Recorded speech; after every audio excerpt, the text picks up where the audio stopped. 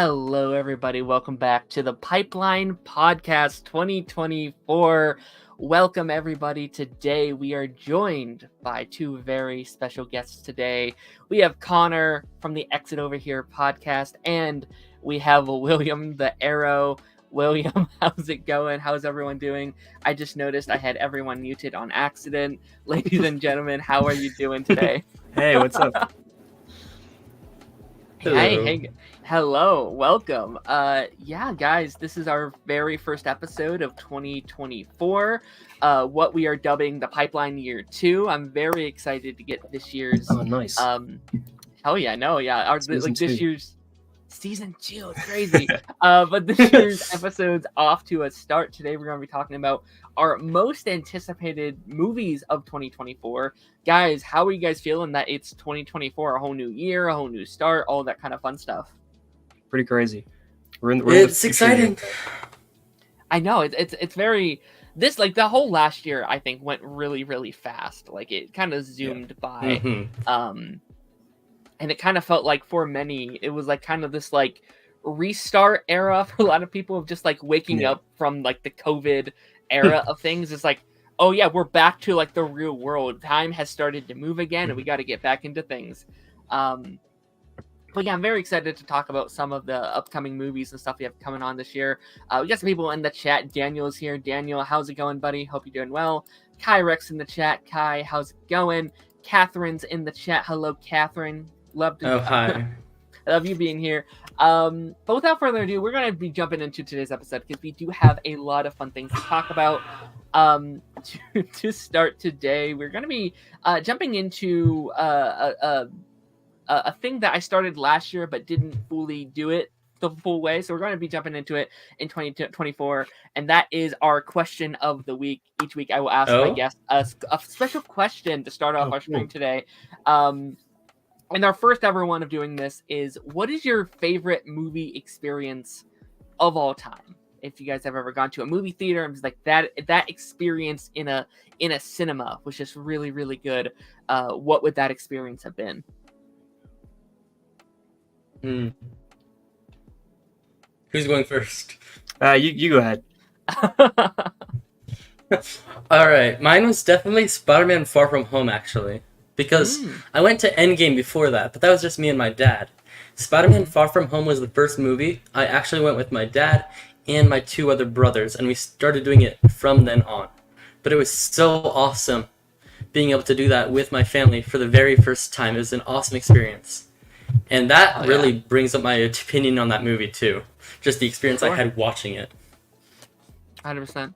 Yeah, that's something that I have as well, where, like, even if, like, my opinion on the movie isn't as good as it could have been, like, if I have a special experience while I'm watching that movie, like, I've had this conversation a lot this year with, like, Across the Spider-Verse and, like, Into the Spider-Verse, where I may have thought Into the Spider-Verse was better, but the fact that I went with some friends, I saw this one in a theater, and it was also my birthday when that film came out. I feel like my love for that movie will probably be above Into the Spider-Verse. So that is definitely something that I think plays a big part.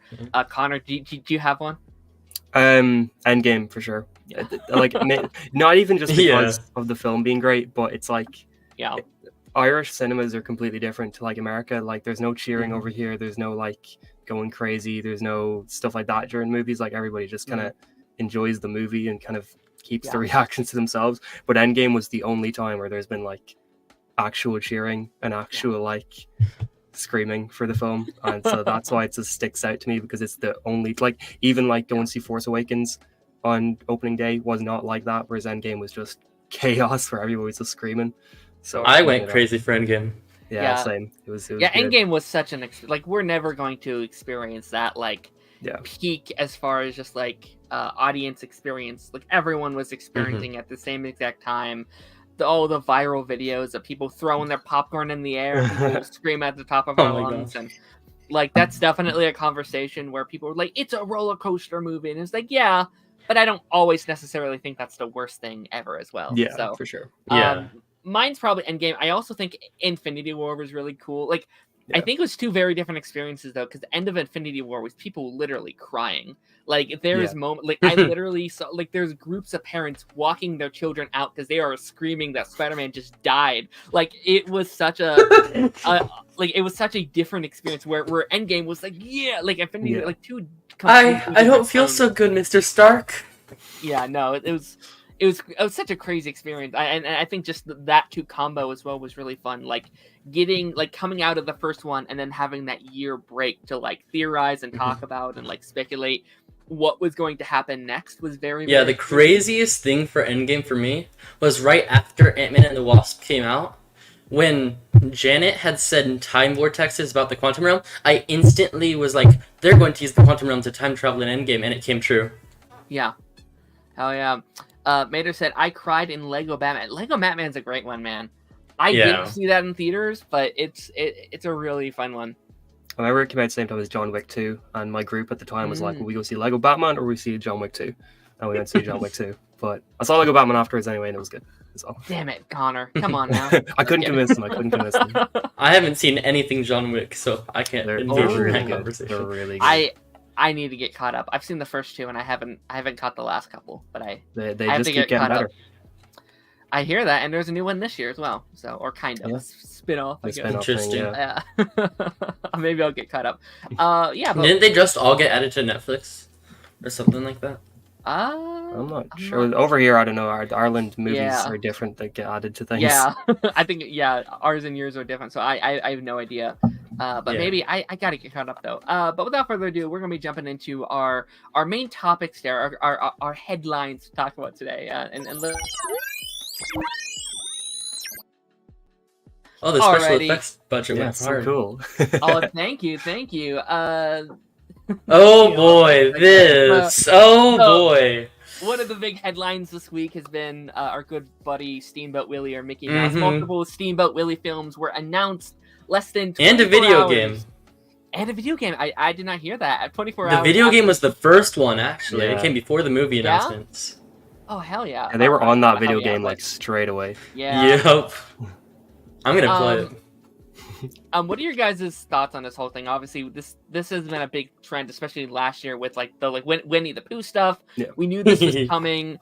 Me and you and Connor have talked about me and Connor have talked about the Superman and Batman things that happened in about 10 years or so. What are your guys' thoughts on this whole thing? I want a sequel of the Winnie the Pooh thing with Steamboat Willie entering. That's what I want. That'd be good. I think public domain things are great. Like I think giving people the freedom to do whatever they want with these characters, like fan made stuff, is really cool. I just don't get why, but with Winnie the Pooh and with Steamboat Willie, that instantly it's 101 horror films announced. I mean, it's cool, but why did everybody instantly just go to doing horror film stuff about them? Like there's I think the Steamboat Willie stuff came from inspiration off the Winnie the Pooh thing. Yeah.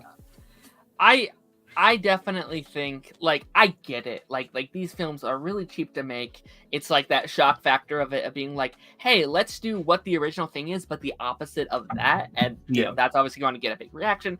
I get it. I personally hate this genre, especially with, these very innocent characters. It feels like, I guess it's kind of the same effect of making, Superman evil, where it's like, you're taking what is so special and what these characters are at their core and doing the opposite of that, and I think it's just a disservice to where they came from to begin with.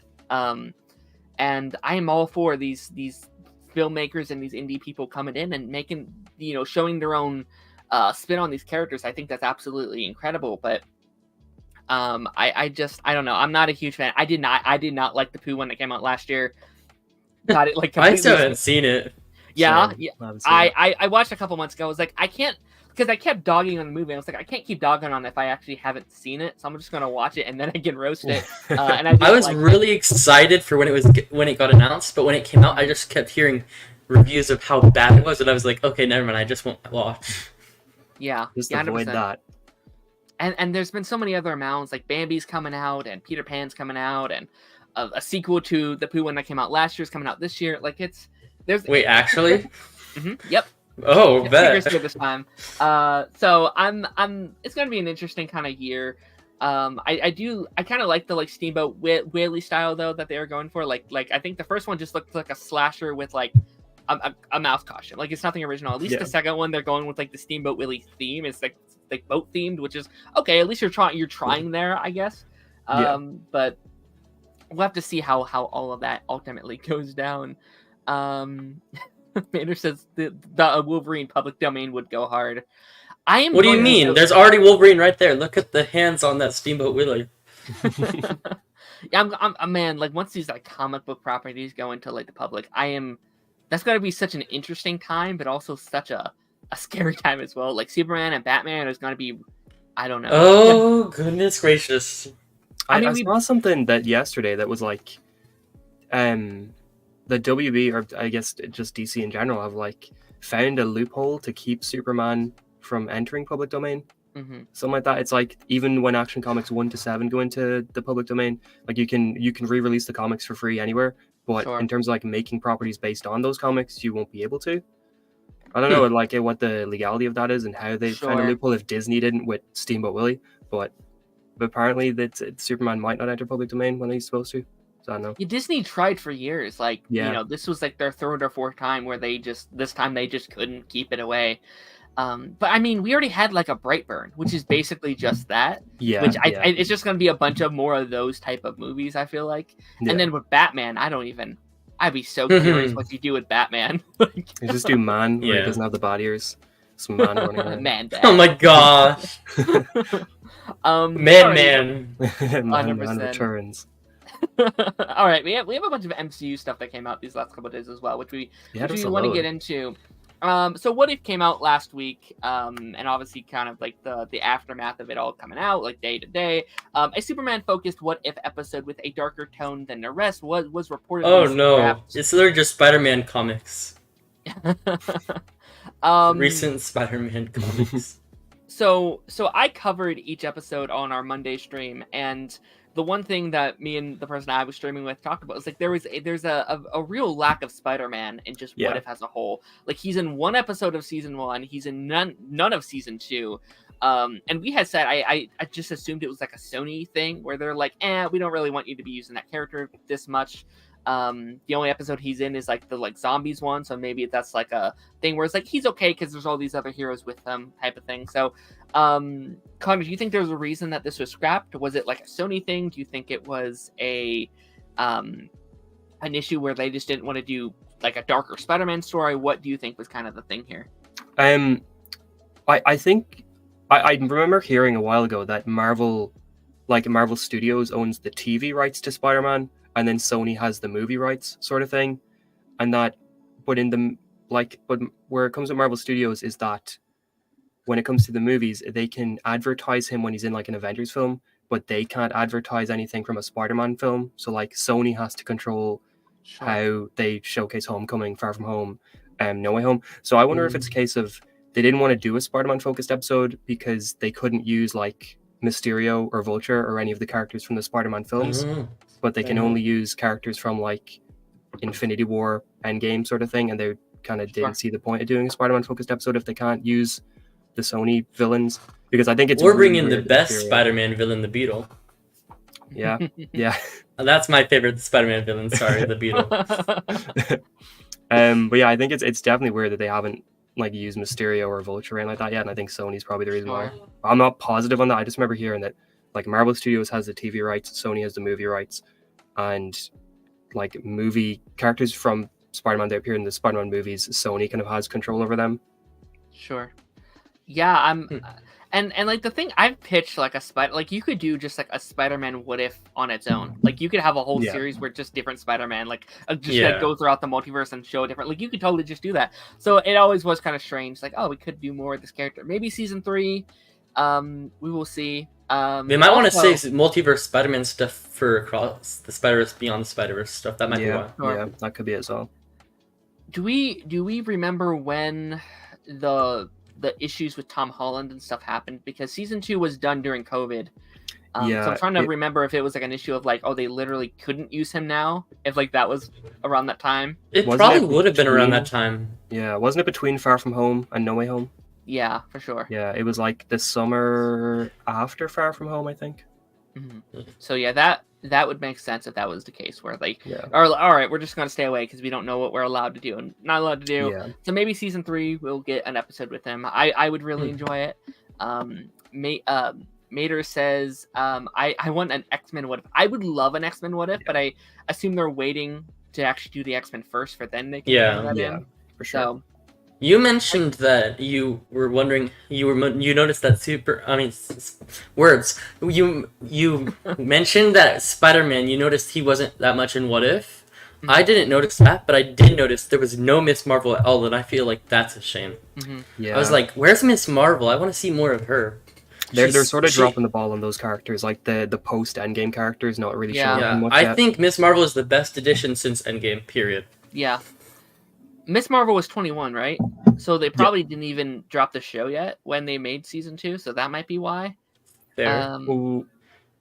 No? Yeah. No, wait, was it 2022? Was it like... I thought it was either 21 or 22, I thought. I think it was like June. It was 21. Maybe it was 21. Because I thought it came out after Moon Knight, and Moon Knight was early 2022. No, it came out before Moon Knight, I think. Oh, did it? Yeah, it was the one right before. I'm pretty positive. Oh, okay. Oh, yeah, maybe you're right. It was Moon Knight then She-Hulk, wasn't it? Yes. Okay, yeah, Miss and Marvel's then, for that, yeah. But like Zombies also has a bunch of these like Phase 4 type characters, so I'm hoping that kind of makes up for it. And then again, season 3's on the way as well. Yeah. Have you heard about the? Oh, sorry. Go ahead. Have you heard about the rumored What If season 3 episode of What If the Other Half Got Snapped? I have heard about that, and that. I would love that. My only issue is I don't think we could do it in 30 minutes. I want like an hour of that because it's Make it like, a part 1, part 2. I'd love that. Give me like a whole hour of it because like that's kind of been my issue with What If as a whole, where like I like a lot of them, but we also just don't have enough time to flesh a lot of these stories out as I think that they need to be. So we'll see. All right, moving on to our next story here. Stephen Young is no longer playing Sentry in the MCU's The Thunderbolts. Scheduling issues. Yeah, so this has been a big story. It's kind of been a very funny story because it wasn't even like officially announced, like official by Kevin Feige himself. It was from Connor, help me out. It came out from Invincible and a Walking Dead guy. Wait, sorry, like his name in it? Yeah. Glenn. No. Walking Dead. Who makes it? Robert Kirkman, sorry. Yes. He had put it out and said that, he's playing this character. I'm not supposed to say this, but like, what's Marvel going to do to me? Oh, yeah. Sorry, like, everyone's just like, is he allowed to do that? But yeah, apparently the whole scheduling things came up and he can't no longer do this. Do you guys have any thoughts on this? But he did say he would want to return to Marvel sometime to play something. Yeah. Which, I mean, who wouldn't? Let's be real. Like, I think all of those articles are really funny where it's just like, this actor wants to play a thing in a popular franchise. It's just like, no duh. Yeah, I think we all would. Like, really? It's the highest grossing thing in the world. Like, I think the whole thing's a bit, like, weird because he said he dropped out then over an email. And then there was that one of the leakers, the leakers are wrong 90% of the time anyway. One of them said a few months ago that they'd seen Steven try on the Sentry suit and that it was the best MCU costume ever. And then it came out yesterday that they never ever did a suit test. So I don't know, there's so much weird things surrounding this. Yeah. So I'm like, I don't know. Yeah. It's annoying though because it could have been great. Sure. And I also know like there's been a lot of just controversies about the casting as a whole, clearly. Like, and it's not one I can really speak on because I'm not like a Sentry like guru. Like, I don't really know that character as well as I'd wish. And a lot of people say it's a miscast. He never should have been casted. So I'll be curious who they get to like replace that role. If they even still keep the character. Like, I know he's rumored to be like the villain of the movie. So we'll definitely supposed to go insane. Yeah. Sounds a little bit like Suicide Squad 2016 plot to me. Greatest DC film of our time. Uh-oh. Alrighty, let's talk about this because this one, I didn't originally have this as part of our Didn't they say that they think that all of the Defender Saga, like Agents of S.H.I.E.L.D., all those Defender series are canon? So that's I don't think it was only Daredevil. Brad had said that he thinks like that era of everything is officially canon to the MCU. And I think he worded this whole thing very interestingly. Like, I think it was very smart about how he did it, because it wasn't like, oh yeah, this stuff is canon. It's like, hey, me, Brad, as a person, I personally think it's all canon to the MCU. And I thought that was very smart. And also, this whole thing, both Daredevil and canon are misspelled. Is that true? Okay. Sorry. There's a different character we're talking about. This is a new version. Daredevil. Yeah. It's the best version. Connor, what are your thoughts on? I mean, this has been a big thing that we have talked about this for many, many years now, about the future of Daredevil, the future of these MCU stuff that wasn't made by Marvel Studios itself. A long time, just kind of getting to this point, just getting to them, just bringing Matt back, you know, has been a massive thing for them. But like, what's your kind of thoughts on this whole situation? I mean, they released that teaser today, the Echo teaser that had Daredevil clips in it, and I think that's pretty much the biggest like confirmation that they're counting Daredevil as canon that we've gotten so far, because for an official Marvel Studios kind of teaser to come out that has Daredevil clips in it is huge. I just think though that like there needs to be some kind of confirmation in some TV show or film that to finally shut everybody up and like say but in She-Hulk, didn't he have the yellow suit? So it's a little bit of he did, but he's gonna have the red suit again in Echo. So it's gonna be, I think it's like the Echo thing's probably gonna be a flashback to around the era of the Daredevil show. And he'll have that suit then, and it'll be like, oh, after Echo, he got the yellow suit that he has in She-Hulk. But I don't know. I think I don't know. Consistency. The Defenders shows, there's no reason why they shouldn't be canon. They don't really contradict really anything. They stay in their own little corner the whole time. So I feel like all of them are fine canon. In my opinion, they contradicted because X and other stuff. The yellow suit came before the red suit, so it being the other way around is a little weird to me. But I think that the red suit was before the yellow suit. So if they're gonna have, I think they're gonna have flashbacks in Echo that are set before She-Hulk. So he has the red suit, and then he gets the yellow suit. Some point after that, we probably won't see the yellow suit in Echo at all, but it'll be like at some point after Echo, he got the yellow suit, and then that's where that comes in. I don't know. I think it's really cool that they're finally doing this sort of stuff. I think even up until October, there were people still saying that were involved with Marvel. Like, remember when that Marvel book came out, the big Cinematic Universe book, and they were like, "Oh, if anything's not in this book, it's not canon." So then you had people be like, "Well, Daredevil's not canon because it's not in the book." But now they're like, "Daredevil is canon." It's so contradicting, and it's just so Like, where do we sit with it? I mean, literally, I had ended this whole thing because I had. Listen, like, no one wants these shows canon more than me. Like, I love the Agents of, I especially the Agents of S.H.I.E.L.D. stuff. I've been, like, day one, I was like, we need this, you know, together. But, like, I almost called it, like, game over when Kevin Feige came out. Like, anything that's not Marvel Studios is not part of the sacred timeline. And honestly, I thought, you know what? Fair enough. I get there's a lot you have to balance. I get if you just want to do that. And then if we see anything that's not from Marvel Studios, it's multiverse. I was like, okay, that makes sense to me. And then this comes out, and it's like, well, we're back to where we started. Yeah, exactly. We're back to square one again. It's a circle. It really, really is. But I think just kind of going forward with any of this stuff, I'm going to take the canon of these shows with as much grain of salt as I possibly can. I'm gonna like, hey, I'm going to use it as a reference to what could have happened in the past for these characters. Yeah. But if they change anything up, hey, it's multiverse. It's like, it's whatever. Like, it's not a big deal if, you know, a character's middle name is different or something. You know, like it would make sense or whatever. I have a cool theory about that, actually. I think that Agents of S.H.I.E.L.D. itself is a what if. It's what if Agent Coulson survived. And that's what causes the split. So after Loki season 2 stuff, they don't go eradicate variants and stuff. So Agents of S.H.I.E.L.D. goes through. So that's its own universe. And I think Secret Invasion is also its own universe too, with Nick Fury's stuff. Oh, I think they would really love that right now. They could just be like, they could just wipe that away. I could definitely see that, because like there's been a lot of people have said, like, come Secret Wars, we're gonna find out that a lot of these MCU projects have been set on different Earths. And I hope that would be the one thing that I feel like could save it, even with the King stuff. Yeah. So like they can literally wipe away like, oh, people didn't like Quantumania, huh? Let's just get rid of that over there and this over, like you could totally just do that. So I'd be very curious. And then at the end of everything, you could bring everything together. Like you say, people like Daisy Johnson, let's just place Daisy Johnson over here and, put Secret Invasion over all the way over here. Like you could totally do that. Yeah. I think with the Quantumania thing you said, I think it's the opposite. I think just like with Endgame, Ant-Man will be the saving grace to connect everything again with the time travel. But it's that at the end of Quantumania, when he went back, they actually went back to a different universe instead of their own. The original one got sent into a different one, and we'll realize, like, at the beginning of the movie, they didn't know he was Ant-Man, they called him Spider-Man, but at the end, they recognized he was Ant-Man even though there was no public thing that happened.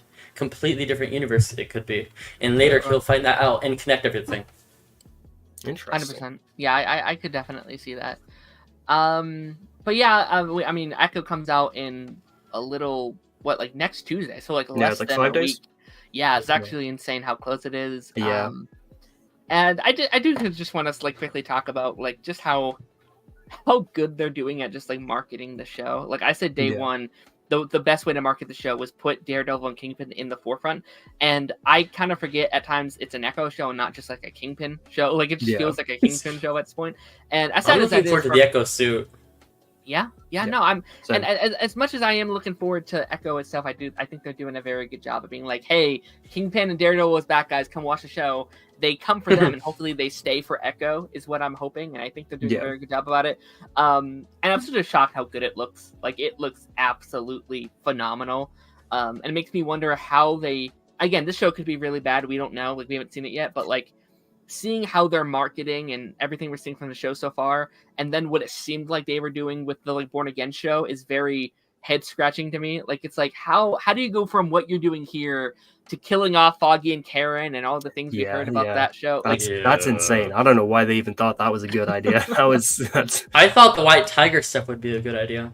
Yeah. I mean, there's definitely things I saw from that, the leaks and stuff. I was like, hey, that does sound cool, but there's so much of it. Just the Foggy and Karen stuff alone is why would you do that? I don't understand. I have a theory on that. I think originally they were told by Feige to do everything possible to establish this is a different Daredevil than the TV show, and then all of the backlash came out from people being like, is Daredevil canon? Is Daredevil not canon? And now they're doing a huge 180, and they're doing stuff like this here where they're making it clear that Daredevil is canon after all. They're reshooting the Born Again show. They're getting rid of the stuff that kind of decanonizes the other stuff, and I think they're really trying to course correct, because the MCU's had a lot of problems recently with bad reception to things, and I think they're trying to get the fans on their side, and a good way to get the fans on their side would be to be like, oh, the Daredevil stuff you love, that is canon, don't worry, that's still a thing.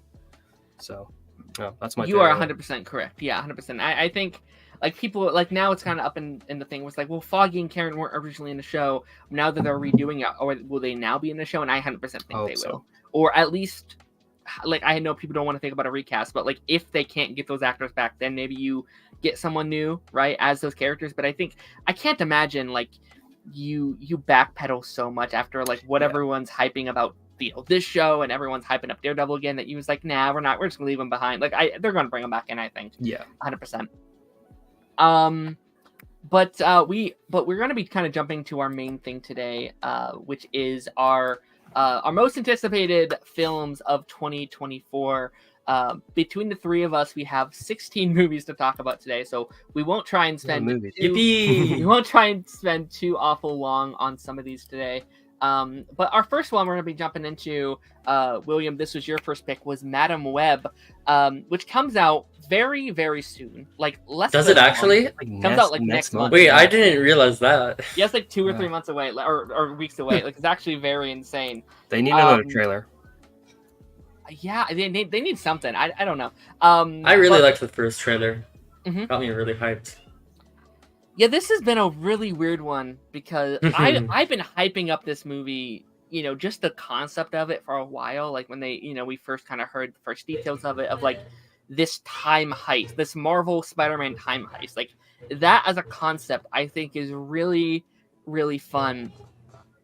And then this trailer came out, and there's been a lot of differing opinions on the internet. If it doesn't look good or does it look bad, William, what are you most looking forward to this movie? Well, to go off of what you said originally, I was very much so the opposite. I was not excited for the movie until the trailer came out. I heard about Madam Web being made into a movie, and I was so scared because I read the comics, and Madam Web was just a person who stayed there for all the multiverse stuff, was wrapped up in that web, never did anything, and I was like, how are they going to make a movie off of this? And then we saw the trailer, and I was like, okay, this is going to be good. I'm excited for this. Yeah. And I am just so excited to see more representation of more Spider-Man characters in live action and outside of the Spider-Verse movie stuff, while still being separated and connected at the same time. Sure. I think it'll be a fun movie, especially with Ezekiel. Ezekiel looks sick. Yeah, I think... it's kind of weird, because I think the quality of the movie aside, and if it's going to be good or... I think it's going to be at least a very fun movie to talk about, like, either way. Like, this kind of feels like, and I still stand by this, I think it is kind of what I want more from what Sony is doing.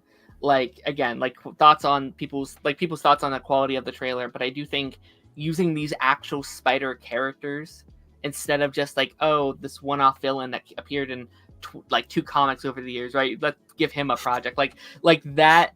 This is what I want. Are you referencing Morbius? I am referencing the 7 projects they have announced that like no one has heard of. The like wrestler guy found a that movie was supposed to come out next week. Are you talking about the Leaper? Yeah, it's like the like El Dorado or something. Yeah. It's like, who read this character? Who knows this character? But like this is kind of what I want. Big fan of that character. Oh yeah, 100%. And I do think it gives me, and I say this as a positive. People are going to take this as a negative. It does remind me of like a CW show. Like it reminds me. But I think that's a good thing. It seems very like, I like how small scale it is. It feels kind of indie, which again people would say that's a negative, but I do think there's something very like refreshing. It doesn't feel like it was hovered over by a executives for months. It feels like some people came together, they made a movie, they put it out in trailers, and that's the movie they're making. Like that's kind of the feel it was for me. I hope it's good. Like I would so love if everyone's like, this is going to be the worst movie of the year, and it's actually like a solid movie. Like I would absolutely adore if they could pull that off. Yeah. Connor, do you have any thoughts on this movie? I completely agree with that it feels like one of the few comic book or superhero films we've gotten recently that doesn't feel like it has 101 people kind of make it. That it feels like somebody had an idea for a story, and that's what we're getting, like without a whole lot of interference. I'm gonna be the one depressing person here and say I'm not too excited for it. I was really excited for it. The original ideas when the cast was announced, I was really into it. When the set pictures leaked, I was really into it. I was like, this looks like a really interesting idea, and it looks like they're doing some cool stuff with this. And then the trailer came out, and it kind of zapped all of the interest out of me. I also just don't trust Sony with what they're doing with the Marvel movies. Like, I know Venom has its fans. I don't think the 2 Venom films were very good. I didn't like Morbius at all. I think Kraven will be a film. I think it's gonna be. It's going to be a movie. I'm not excited for Kraven at all. I am so not looking forward to that movie at all.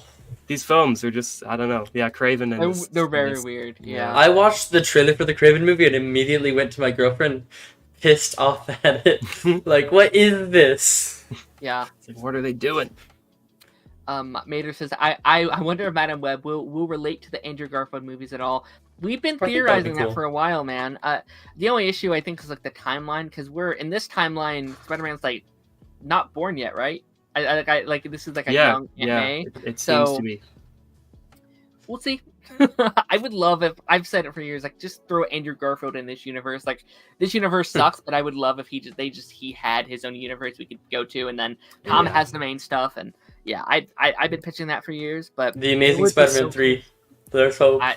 I'd love it. I would eat that up. Imagine how cool it would be if Sony was doing that. If instead of these films, they were doing Andrew Garfield stuff, and these were the characters inside of the Andrew Garfield stuff. That'd be so cool. I think it'd do much better. Yeah, let's be honest. Already next up here we have Mickey 17. Now, Connor, this was your pick. Tell us about your interest on this movie. I just think it's a sci-fi film, and I'm a big sci-fi guy. Admittedly, there's not too many films next year, or well, this year I guess now, that I'm like super excited for. But this is definitely on the list. Great director, Robert Pattinson starring in it. I think it's going to be a really cool film. It comes out in March. And there's no trailer for it yet, so I think that's interesting. But it seems like they're pretty committed to getting it out in March. So I wonder if they're just trying to hide what it's about, or if they just if it's not ready. I don't know yet. But cool cast, cool concept. It reminds me of in the new season of Black Mirror, there was an episode where like people were going back. People were up in space and they were coming back down into God, I can't remember. It's so many TV shows came out last year. It's like, anyway, either of you watched the new Black Mirror season? Yeah, well, I've never heard of Mickey 17 or Black Mirror. So. Oh wow, okay. Black Mirror is like an anthology show where every episode is different. But there was a sci-fi episode in the new season where characters were up in space and they were coming back down. They were able to like jump into bodies on like robot bodies that were like built like humans. But the concept for this reminds me of that. I know I explained it terribly, but yeah, I'm excited for it. Yeah, I mean, I think just like I have it on my like overall list. And I think just like sci-fi and Robert's involved. I was like, all right, that sounds cool. Let's do it. Like I don't know much about it outside of just that fact, but I'm excited. I'm always really excited when we get like a new sci-fi type project that's not connected to like a franchise. Like this is me. Like it's very iconic when most of my movies I have on this list are part of franchises. So like I know that's a bad look, but like. It is very fun. Like the like creator that came out this year, like I had a lot of fun with that because it was really just cool. Like this out like it's just this completely new thing and a complete new world, and I would love to establish more in that world because I thought what they did in there was really fun. I mean, I think a lot of non-franchise films anyway, you don't expect. So you don't even know what they are until they come out, sort of thing. 100%. Yeah, that's like the issue I always have when making this list because I always feel so terrible putting together my things. Like they're all Marvel and DC and Disney and Warner. Like there are these big things, and not these. Like the films I put in my like most anticipated list are nearly never the films I have in my top 5, my top 10 by the end of the year. So I think I threw in 1 or 2 that's not on those scales. Sure.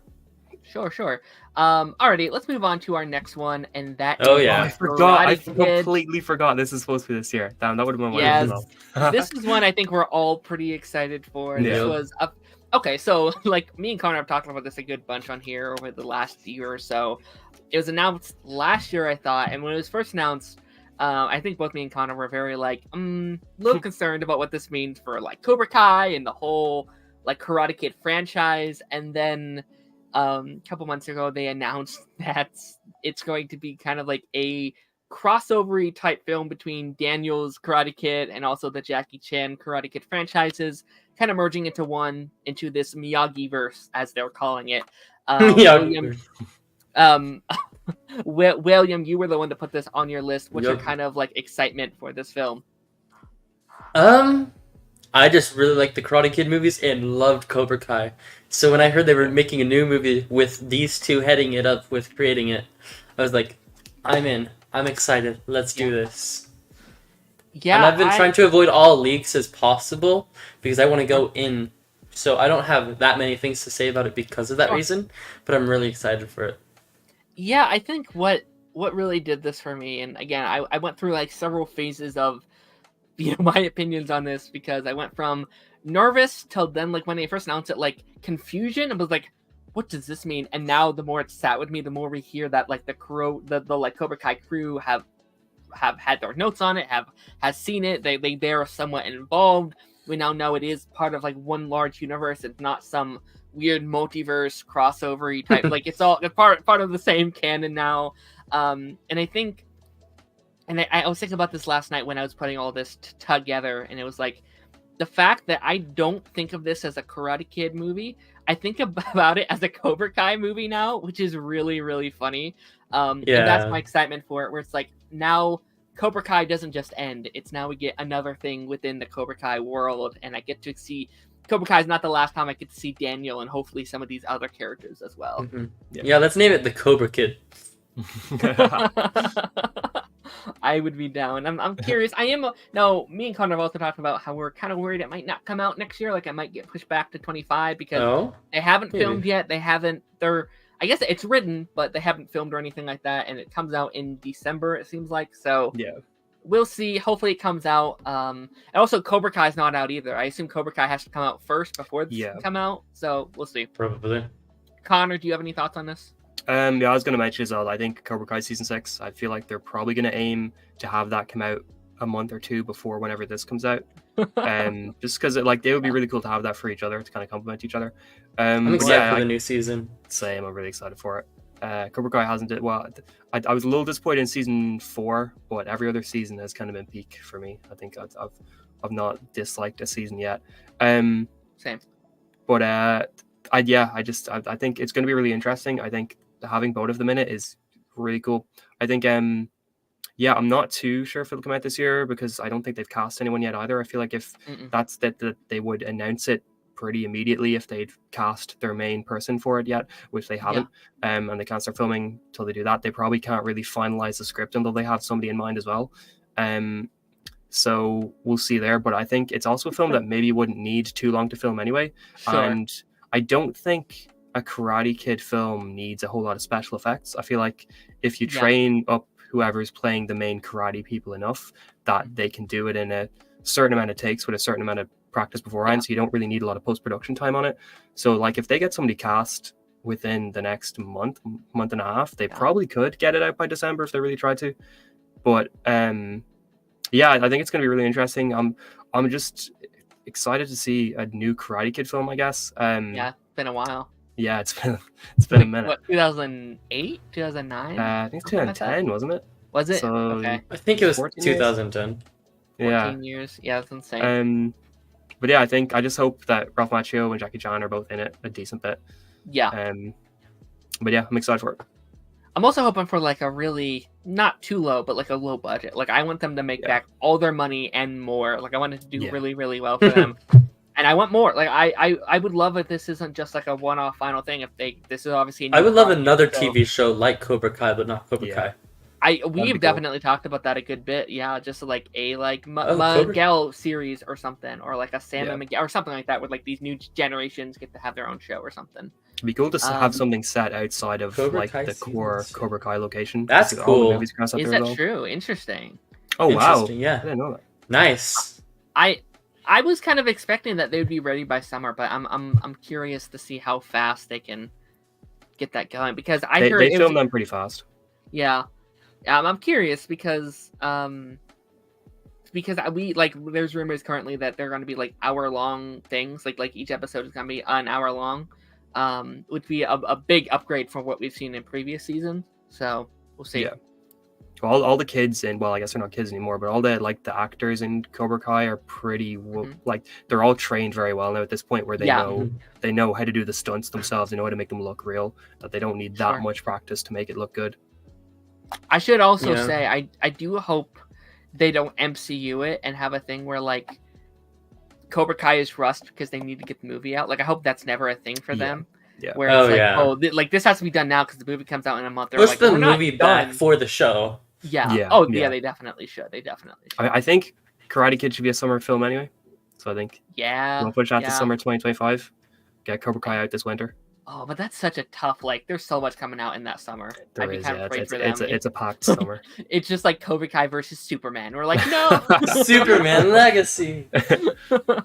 I'm sorry, Cobra Kai, but I would choose Superman Legacy. Yeah, I would too.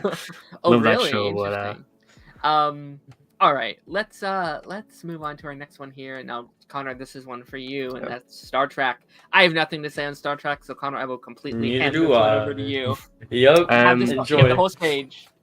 This one doesn't even have a confirmed release date yet. They announced it April last year, but before that, it was a TV show. Like, it was a TV show since 2019, and then they were developing that for ages, and then they turned it into a movie. And then I think that they announced it to capitalize on Michelle after Everything Everywhere All at Once, because like they announced this I think a week after the Oscars, so they definitely announced it like after her win. That's perfect timing.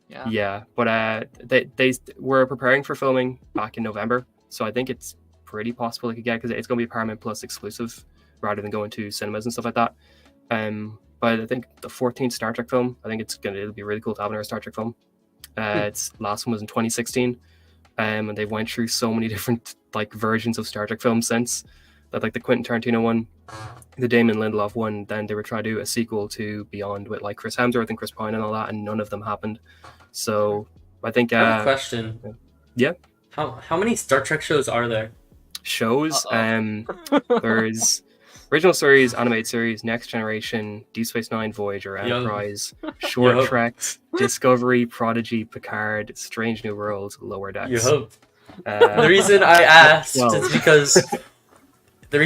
is because I'm a huge Yu-Gi-Oh fan, and on Roku the only free way to watch the Yu-Gi-Oh shows is through Pluto TV, and that has ads. So anytime I watched Yu-Gi-Oh with my little siblings upstairs with the Roku, we just nonstop got Star Trek ads for like 4 different Star Trek shows. Yeah, it was like 4 different Star Trek shows, and I was like, how many are there? They're pretty never-ending. There was a big gap between 2005 and then 2017. There was like no shows between then, and then since 2017 they've been pumping them out pretty crazy. Like there's been like 3 or 4 seasons every year since. But there's I might look into it because I miss stuff like that since Arrowverse ended. Yeah, that's fair. Yeah. Oh, sorry. Go ahead. Mater says, I'm worried about Star Trek because I feel like they've been stretching a lot. Do you agree with this at all, or are you pretty happy with what they're doing? I'm pretty happy. Discovery's ending with the new season, and Picard ended with their last season. So with those two done, there's only Strange New Worlds, which isn't going to be out for another year.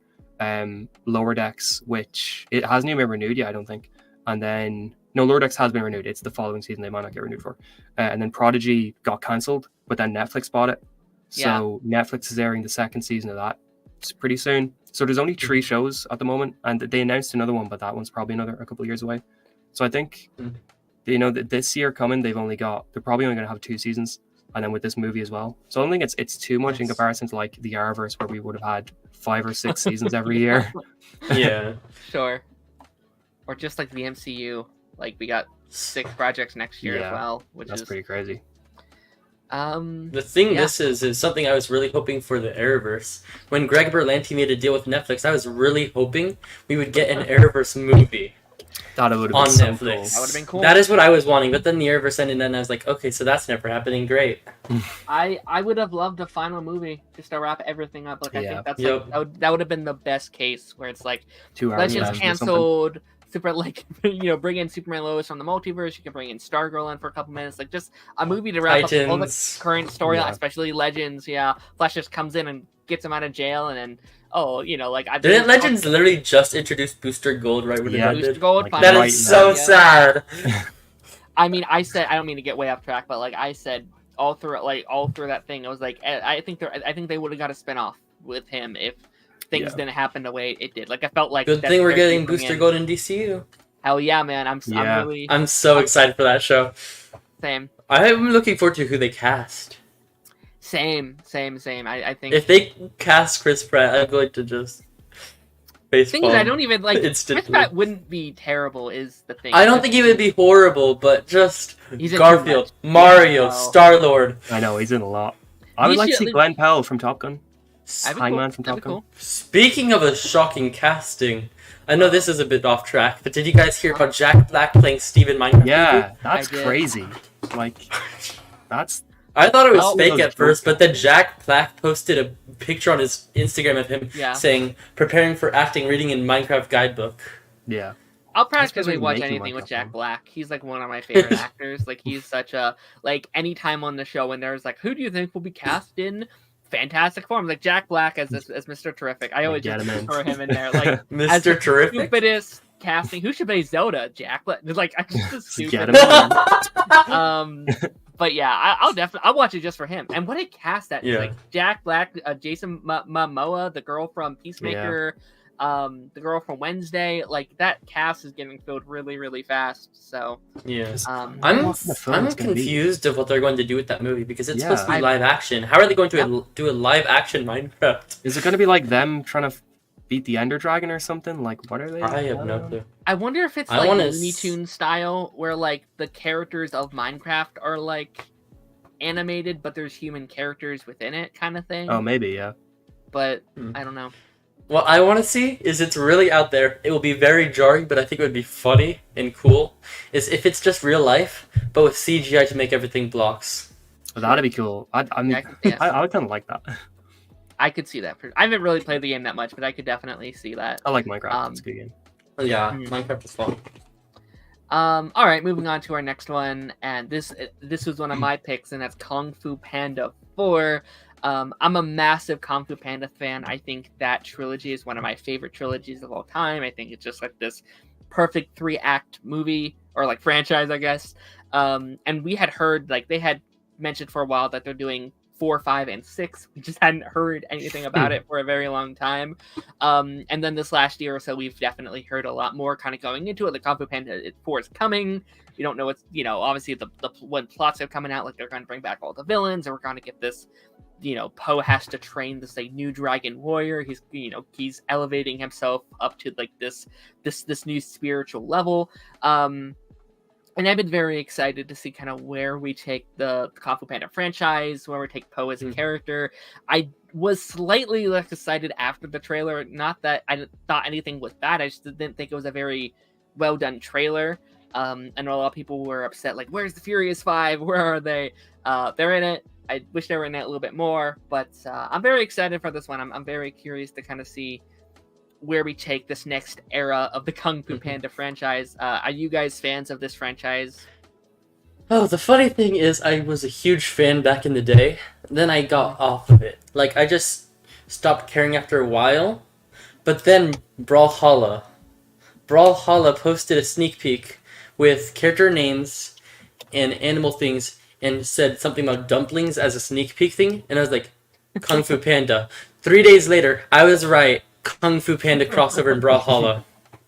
Yeah. And I was like, heck yeah. And that reignited my passion for the franchise. Sure. So I was really excited when the TV show was announced in this movie. Sure. Yeah, I'm gonna be very curious, and I'm curious how much money it makes as well, because I like Kung Fu Pandas, like they're not known for making like a buttload of money. Like I think the first one made a bunch, second one was decent, and the third one not as much. It was like just enough to get another one greenlit. So it's also been like 9, 7, 8 years since the last one. So I bet people are gonna be like, the franchise I loved when I was kids back. I'm gonna go to the theater and show my kids and stuff. So I'm gonna be very curious. Connor, do you have any history with the franchise? No, I think I saw the first one like 15 years ago. I don't know when did the first one came out. Yeah, I think I saw it like 2007, I think. Yeah, I think I saw it pretty soon after it came out. But I barely remember. You guys are making me feel young. I'm 17. Connor's 55. It's fine. Yeah, I'm 25. Sorry. It ain't great. Yeah, just like you can like just like tell them like to cap it at that age, so it's fine. So it's alright. But yeah, no, like not really any history. I was gonna say like it wasn't the last one pretty like far a while ago. So, it was 2017. Yeah, so it's been a minute. Yeah. If it'll make any money, like, is this a franchise that is technically not dead, but that doesn't really have a whole lot of current fans who will go and see a new film? Or is it kind of a thing where like people will be like, oh my god, there's a new film, we've got to go see it. It's been ages since the last one. I think it's gonna be the second. I think people are gonna be so excited, like, oh my gosh, it's back.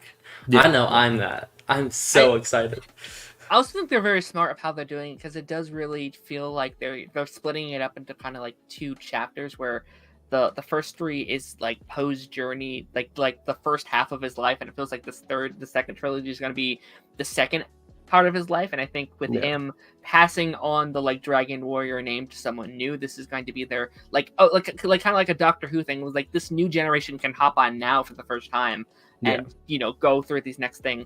And also I just think like it's still very popular. Like when the trailer came out, everyone on my timeline was talking about it. Everyone was like excited for a new Kung Fu Panda thing. And you know, they've still been putting stuff out. Like last year they made like a show based off of it as well. Yeah. That did not amazingly, but like people saw it and stuff. So I think there's still definitely that fan base there. That you were the one on my timeline talking about it. Mm-hmm. Yeah, no, I don't know. It's just a fun world to like dive into and talk about for sure. It's definitely an animated franchise that, like, even though I'm not involved in it, or that even though I'm not really seen any of them, I do see talk about it a lot. Like, I'm not involved in the circles who do talk about it, but I see people talk about it a lot. Sure, Which kind of shows that it is still very popular. Yeah, I think they just aged very well. Like, I think they were really like ahead of its time as far as like these, and like when, not to say that like DreamWorks and Disney don't make good, because they clearly do. Like, they make amazing movies, but I feel like your Kung Fu Panda, your like How to Train Your Dragon, your Shrek clearly are like above of the things that DreamWorks fans talk about the most. Is like, these are the chosen ones that we talk about.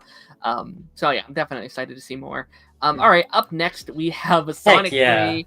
One both of you guys chose. You guys are both very massive Sonic fans. William, you were just talking about how you're going to like a big thing this weekend, right? Sonic Symphony World Tour in San Francisco. That's so cool. I listen to the 30th anniversary Sonic Symphony all the time. I think it's like the greatest soundtrack ever. Yep, That's I'm so going cool. in 2 days on Saturday. Oh, I'm so jealous. And Jun Sonoy is going to be there from Crush.40. Oh, wow. He's a special guest for it, so... I'm super jealous of that. That's awesome. But yeah, I'm gonna be recording videos and sending it in Daren's server. So hell yeah. But Sonic 3 comes out this December, I'm pretty sure. Now even before, it's actually a big year for Sonic, it seems, because we also have the like Knuckles show that is also coming out this year. Sonic Prime Season 3 comes out in like Season 3 comes out in a week. I'm so excited. I'm really excited. I'm also bittersweet because that means it's the end, but I'm so excited. But how are you guys kind of feeling about this upcoming film in general? Are you guys excited? What's your kind of like expectations for it, just like as a whole? I'm a Sonic fan. I love, but I also criticize. Yeah. So I have issues with the timeline. Where's Amy? What happened with Knuckles Chaotix? Are they going to do in the Knuckles TV show? Are they going to do the Knuckles Chaotix plot to bring in Team Chaotix? Or are they going to be doing Sonic Adventure 1 and somehow fit that into a Knuckles TV show?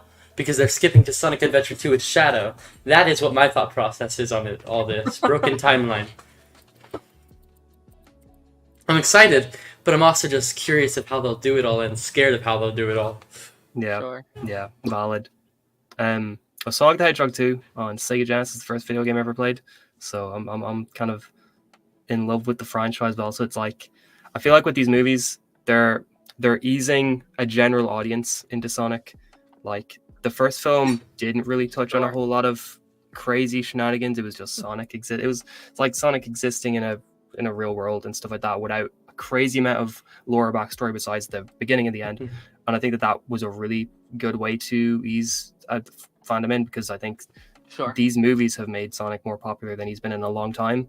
Like, the video games have sort of been on a steady decline for a while, and I think that this is, big movies like this is like the resurgence that the character needed in the general audience's mind. I disagree. With the Sonic videos, Frontiers. I know. I think quality-wise, the games are fine. I think just popularity-wise, though, they've not been getting sales that they've needed in like a decade. But as ironic as it sounds, Sonic Forces has been making a comeback. Yeah, because of the Sonic Forces overclocked thing that just came out. I think like I don't know. I think that the games are almost at odds with each other. The way that they go back and forth so much. Like Mania felt like they were like, okay, we need to go back to traditional Sonic stuff, and now they're like going crazy Game of Frontiers. And I think it's cool they're doing it back and forth, but I think like developer wise, they're at odds a little bit where they don't really know what they want Sonic to be in the video games. I think it's the opposite. I think they have it established now. I think Forces is when they didn't know, but then after that, they were like, okay, we're having classic Sonic here and modern Sonic here. Modern Sonic, we have a plan. Sonic Frontiers was their blueprint, their groundwork. All the cyberspace stuff was building up for the Sonic and Shadow game coming out later this year and stuff like that. Interesting, okay. I think and Sonic Dream Team just came out, and that was their first fully 3D Sonic game since 06. Sonic 06. Insane. I think like movie wise, it's I think the 2 definitely went to like more in a direction of what the games are. and I feel like 3 will be even more in that direction. I think the reason why they're doing Shadow now is because they know that Shadow is very popular in a general audience mind of people that don't really know Sonic characters too well. Like in the general audience, he's seen as emo Sonic. That's my worry. I want to know if they're going to be doing emo Sonic or actually Shadow the Hedgehog. Yeah. Sonic Prime, there's always this big talk about how Sonic's characterization is weird in Sonic Prime, but they did Shadow perfectly in that.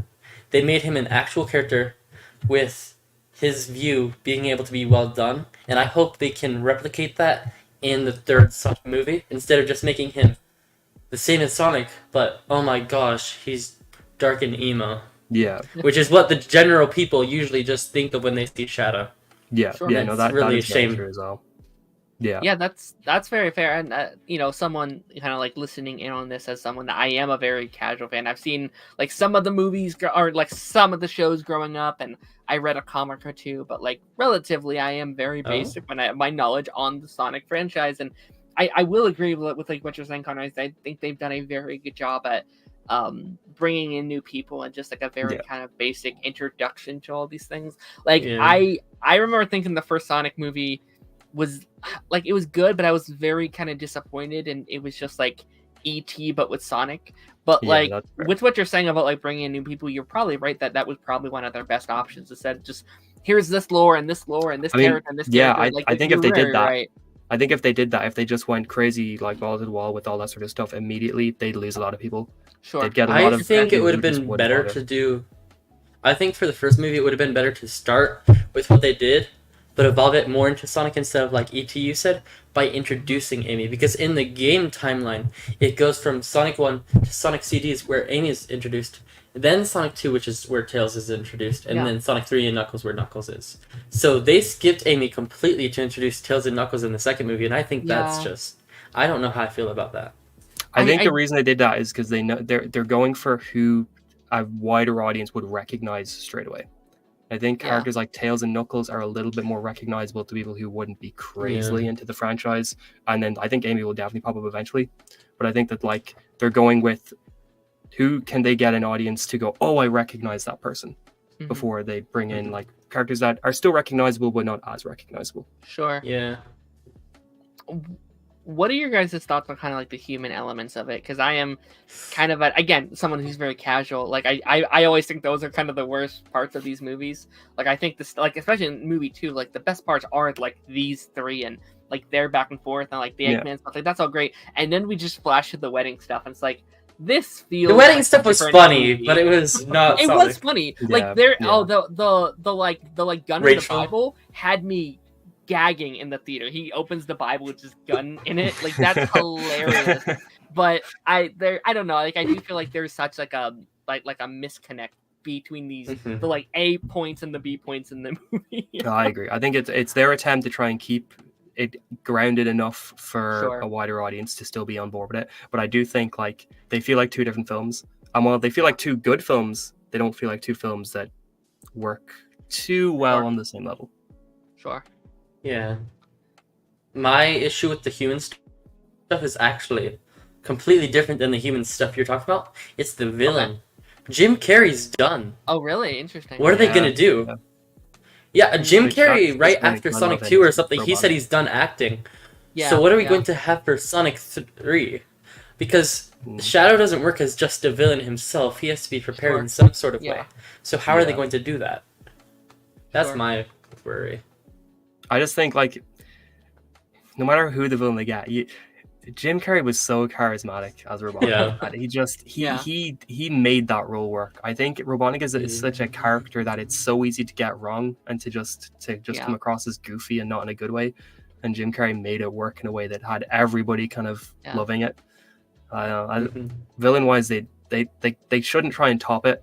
They should just try and do something that at least feels unique I also just think, like, as good as he is in those movies, I always kind of thought 3 should have taken a mini break from him, just where he doesn't get like too like repetitive as like the villain. Like 1 and 2 were really, really good, but I think if you do that for 3 and 4, like you would start to get a little bit tired of it. So I always thought maybe take 3 off, maybe he shows up at the end of 4 or something. And like Jim Carrey, he reads to me, and this is just me, like yes, he's out of the game, but I feel like if they came to him like, hey, we have this thing, if this is good enough for you, would you like to come back and do this special project?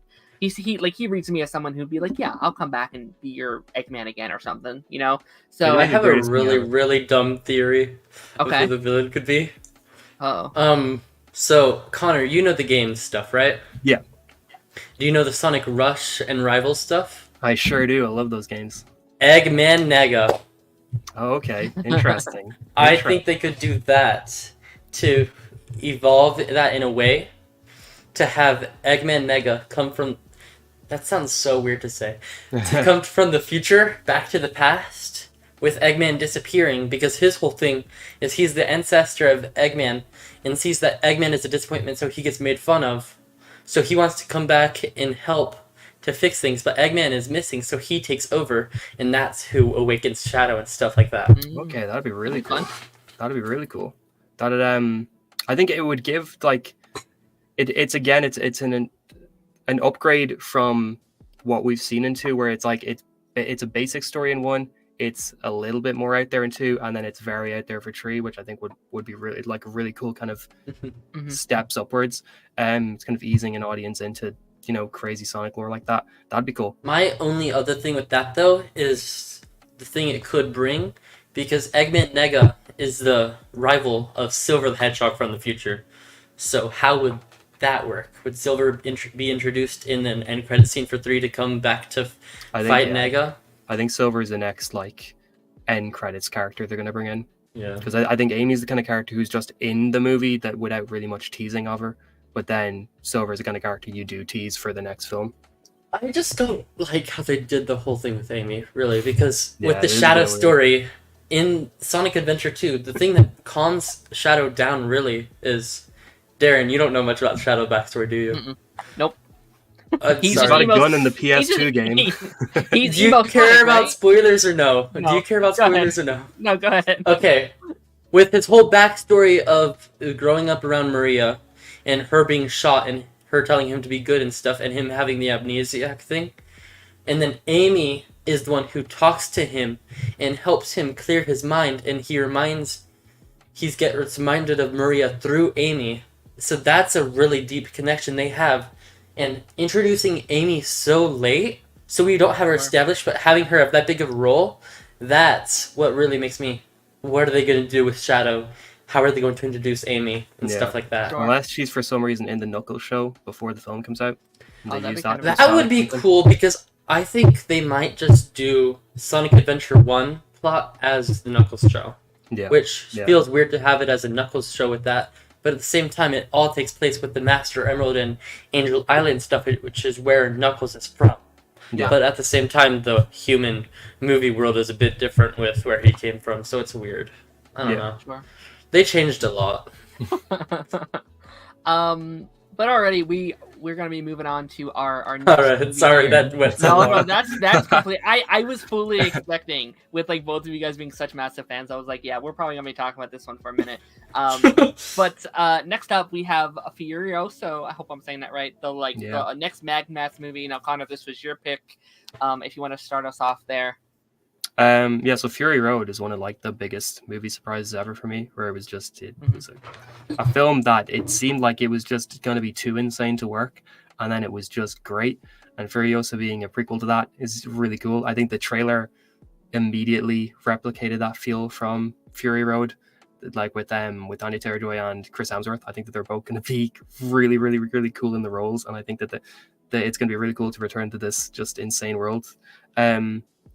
I think Mad Max is just such a weird franchise. Like the first 3 films, I don't think are great, but then Fury Road is just absolutely amazing. It's like, I don't know, but I'm really excited for it. Are you guys going to go see it? If I can, I'm gonna act like I know what it is. I have not seen the Mad Max movies. Well, you only kind of need to see Fury Road. I mean, it's a prequel, so you probably don't even need to see Fury Road.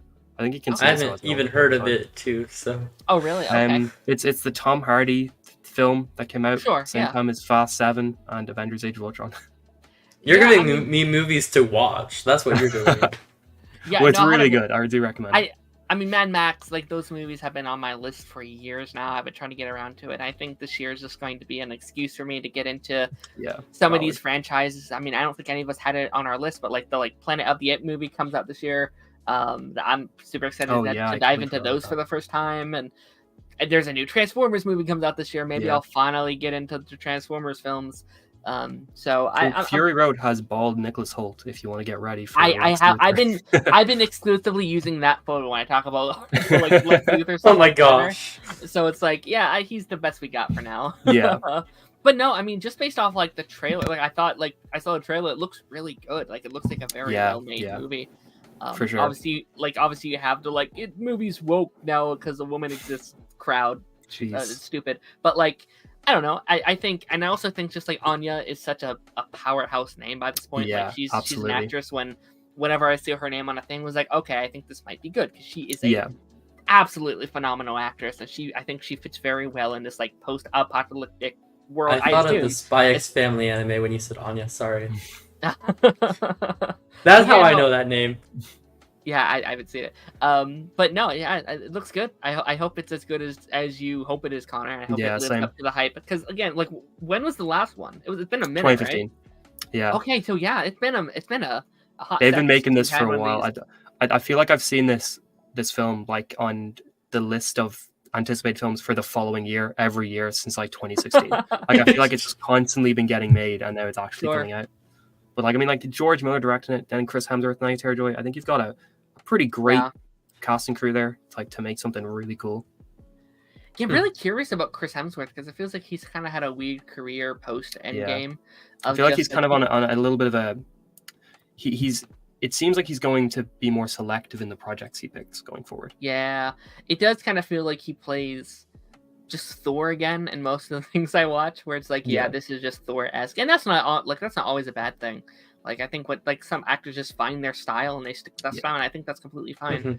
Mm-hmm. But I'm curious to see, because at first I didn't even recognize him. I was like, is that Chris Hemsworth? I've seen a lot of reactions to the trailer where people are like, wait, that's not him.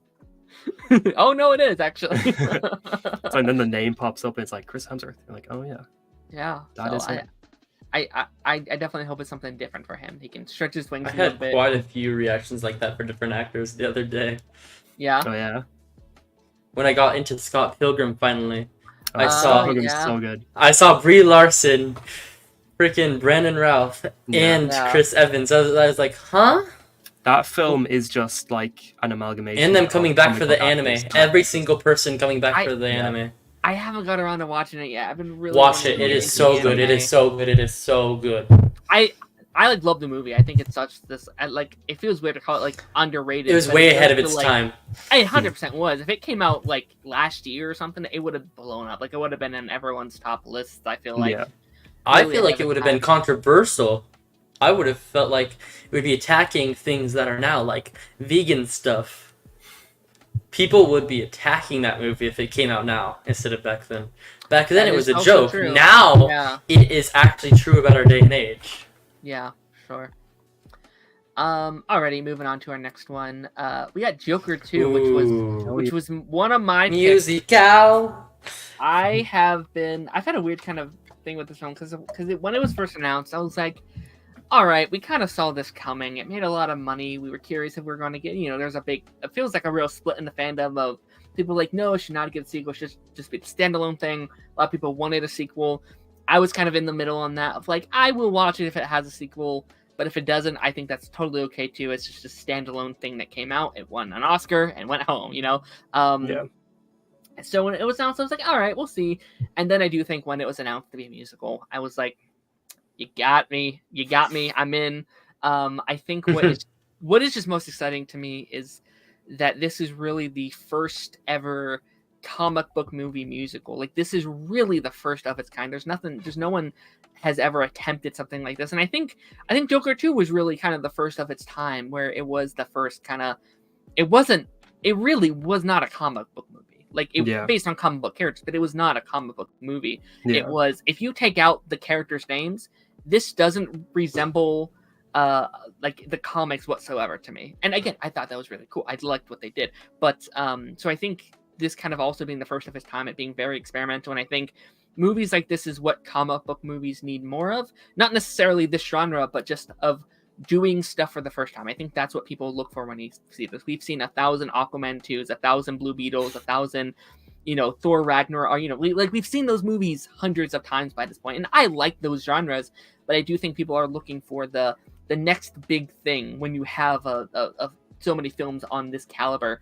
And I think Joker 2 just feels like they're really going for making some art here. I think getting back to this, where I think bringing Harley, I think that's going to be an absolutely heart stopper. I'm very excited to see where they take Arthur's story here, where we see him like progress. I think having it be this musical like in Arkham Asylum makes so much sense to me. I think we're going to see his mind break even more, and I'm really excited to see the evolution of Harley. I talked about this on our last episode. I'm very curious where we start with Harley Quinn. Do we start at the beginning of her journey? Like, is she a therapist still? Or do we start kind of halfway through that process? Kind of where are we going with those characters? But I think that this is, and there's only really 2 big comic book movies coming out next year. That's not like Sony. But I think like between Joker 2 and Sony Deadpool makes 3, great films. They make Spider-Verse movies. But I think this is going to be like, oh yeah, this was the standout comic book movie of 2024. So I have to admit something. Go ahead. I still haven't seen the first movie. It's good. Sure. It is good. I want to, but I haven't gotten around to it. It's really good. It is very, very good. But it is like, I think you kind of watch at the right time, because it is a very like exhausting movie. Like it is. It's a hard watch because it's really, really good, but it pulls on your heart. It like you feel exhausted once you're done. Like, oh my gosh. I think I'll wait until like the month before Joker 2 comes out to watch it. Yeah, so I can have it fresh on my mind when I go and watch Joker 2. That's pretty smart. Yeah, I totally get that. Yeah, no, I'm very excited for it, and I'm curious, when does it come out? Do we like have October a date for it? October. Okay, that makes sense. Actually, makes a lot of sense. You're really good at remembering dates. I cannot do that. It's only for like this 2 films, and that's it. Like, yeah, I can name the dates for 2 films ever, and that's it. I can usually tell you like the month of most of these movies. Like I can tell you, like I can tell you when Deadpool comes out, or at least the month of it. May, isn't it? It's July actually. July. Oh wow, interesting. You were caught lacking, Connor. Damn it! All right, I'll leave now. I'll be out of here. But Connor, do you have thoughts on like the Joker 2 thing? Yeah, kind of similar to you, where like I had no expectations for the first Joker film, and then it ended up actually being really good. I really enjoyed it. And it's the same thing where I was like, I don't really see the need for there to be a sequel. I think that the first one ended in a pretty good way, for there not really need to be a sequel, but they seem to be going a unique and different path with the sequel rather than a traditional sequel route. So that's it's already justifying why it exists to me, which I know films don't really need to justify why they're getting made, but I think Joker 2 is making a good argument for why they're making a second one. I think what you're asking about the Harley Quinn thing, I think they're probably going to have her be a therapist started film, and it's going to be she meets Arthur and then starts going down the path of becoming Harley Quinn during that. Or maybe she like sneaks into Arkham as like a fan of Arthur or something like that beforehand as a therapist. I think, I don't know, Joker, the first Joker came out when I was in first year of film, and it was it's out of the 4 years of film, it's the only comic book film that like people in, like I was the comic book kind of guy, and it was Joker was the only film that outside of me, there was like a lot of people who were like non-comic book superhero fans who were like, oh, that film was really good. Like I remember we got handed the scripts from one of the scenes when it came out. We were like told to like set up the scene or whatever, and like they would not have done that for any Marvel film or for any other DC film. Because Joker was kind of, it was breaking through what people kind of thought about comic book films. So that was pretty cool. And then also getting into the Oscars and stuff like that was huge for the film. But yeah, no, I think the first one's good. It's not on my anticipated list, but I think it's going to be the same thing as the first film, where I was not excited for it at all until the reactions for it started coming out, and I went to see it, and I was like, oh, this is actually pretty good. I think it'll be the same thing with this one, where I'm not going to really be excited for it until people start actually talking about it, or until we get kind of the first looks at it. Fair enough. You also bring up a really good point about like just its precedence among the comic book like world. Yeah. Of like what I did think it really did change a landscape. I'm not going to say if this is a good or bad thing because I do think it's a mix of both. Of just like, oh, we are now expecting more from our comic book movies than just people punching things. And I think there's a very, as much as I love comic book movies, like I'll be honest, this is my favorite genre of movie. I love comic books. Hey buddy. But like I think like Joker 2, Logan, the Spider-Verse ones, arguably the Guardians movies, like those are among those ones where like, oh yeah, those are what people like cinema. Like these are cinema, you know, among just like your Aquaman, where like, oh yeah, that was a fun comic book movie. Like I think like the list of good comic book movies and then good movies I think that really started with Joker. I think that really was what started that conversation. But I also just think like Joker is one of the first superhero movies to win an Oscar, right? Like one of the first ones. Yeah, one of the first. Yeah. So I think that was and I think they're trying to go for it a second time as well. Like it feels everything about it just feels like they're trying to push it again to get them in that category, which would be again an incredible one, especially because I think like this year we got Spider-Verse. I'm hoping that they can come home with something as well. I know Guardians probably not, but like I wouldn't put it out of the question either. So we'll see. I could see Joker 2 maybe not ending up in Best Picture because it's a sequel and they don't usually go for two, but I think maybe like makeup or something. I think makeup, like costuming, set design, and original song, depending on how good the musical is. Oh yeah, and maybe like screenplay as well, possibly. Screenplay, could make screenplay, I could see that. But yeah, I'm wishing this the best of luck, and I hope it does as well as the first one. Like, I made a lot of money, like shockingly a lot of money, crazy amount. It also had a lot of controversy around it before it came out, like right before it came out. Yeah, I mean, a couple of years prior, you had the whole like clown attacks that were going on. Yeah. So boy, that was a crazy era. That was what a strange era. I was so young then. Yeah. All the big kids were like telling me about it. I was like, what? I was in 7th grade when that happened, I think. So it was. I can't even imagine like just that would to be scared to go see films because that's crazy. Like, yeah, that is very crazy. Arcanite is in the chat. Pretty sure only Spider-Man 2, the Dark Knight, Black Panther, Spider-Verse, and the GOAT Suicide Squad were nominated for Oscars. Yeah, Suicide Squad. Let's get that in there. Suicide Squad was crazy. I can't believe. I don't understand that at all. Was it a good song? I didn't like the music in that movie. I didn't think it was a very good song that won. It wasn't memorable at all. No. Yep. But alrighty, we're gonna be moving on to our next movie on our list, and that's Iron Lung. Yeah. Now, William, this was your pick. I'll be honest, I have no idea what this is. No idea at all? No, I may have heard of it. I have no idea what it is. What about you, Connor? No, actually, I don't think I have. I might know what it's about, but I don't think the film. Do you guys know the YouTuber Markiplier? Never heard of him. I was kidding. Yeah. He's the one making this movie. Okay. Oh, okay. And it's gonna be in theaters and everything, and it's based on a video game. And I own the video game. I've played it. I've watched a bunch of people play it. I watched Markiplier play it and go through it and see all the lore and stuff. And he became invested in the lore. It's about a society, like a universe, where suddenly, just out of nowhere, all planet life died. Any planet just dead. There's moons with no life on them, and people who were in space stations still lived. Mars was an inhabited planet by humans now, but that's gone too. So there's just a very little bit of population left, and they're all in these space stations across the universe, the vast space. And there's these moons that are now filled with oceans of blood. And they send prisoners to go down and explore those blood lakes and stuff, to take pictures and document what's down there. And you play as one of those prisoners with the thing that if you escape, you become free.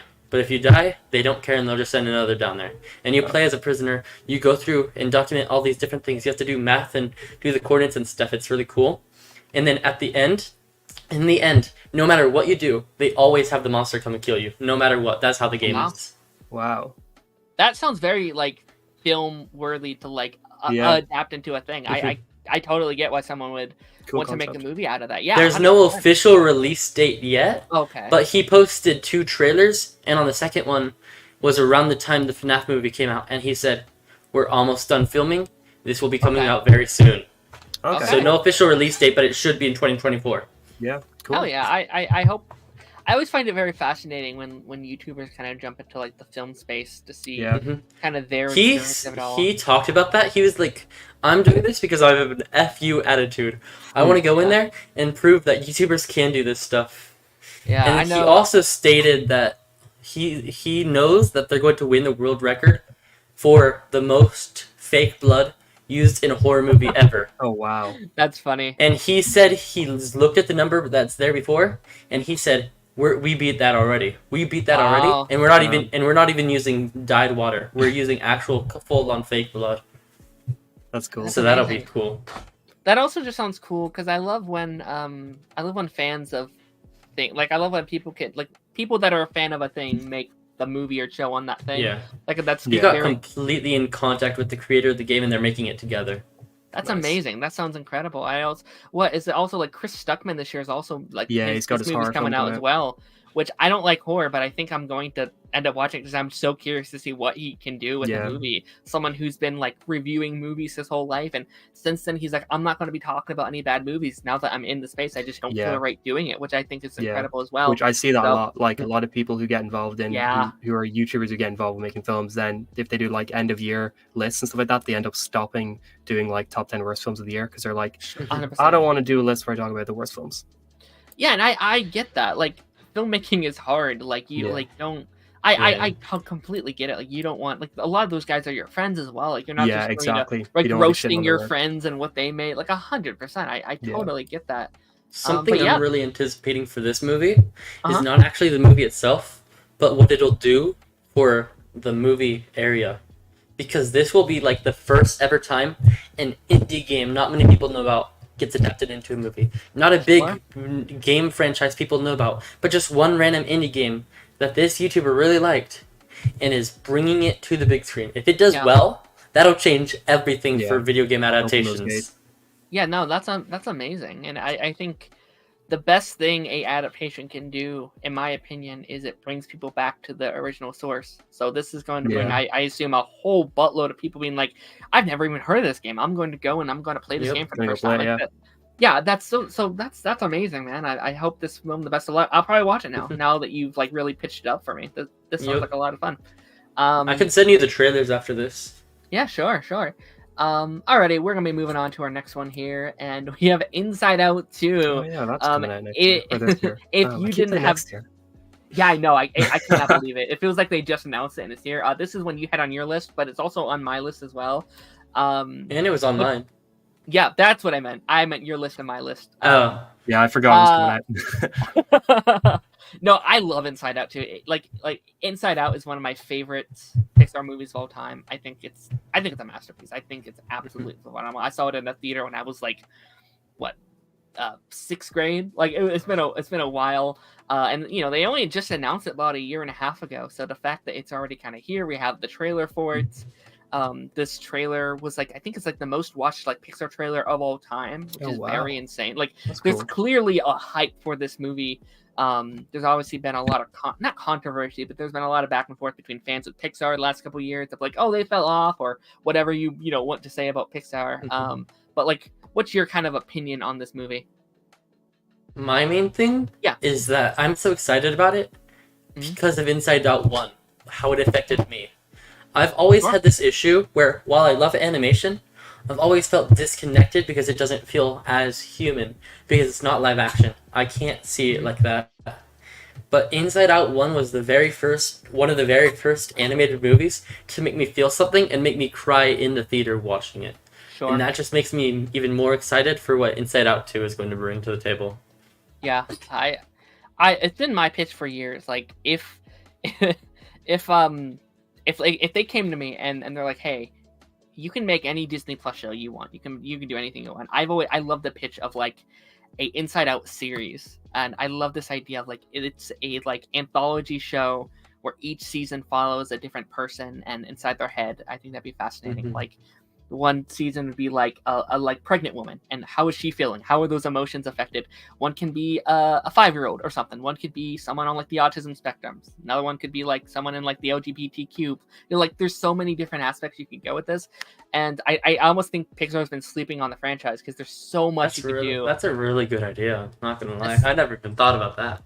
So like yeah, I love, and I also just think like so many eras of like Riley's life you could adapt. Obviously, like now she's going through like puberty, and those emotions are going to be so fundamentally different than it was. I'm so excited. Like 10 years ago, right? So I am very, very excited for this one. I'm excited to see all like the new emotions, see how they kind of go. Because I'm very curious because like we've never seen any of these other emotions in any of the other thing, like the like parents' heads. Like we didn't see any of those in there. So I'm curious how they introduce these new ones in just Riley's head and why they're not in their parents and stuff. In the first movie, she was kind of boy crazy, and I'm excited to see how that plays with her now in puberty and stuff with older boys.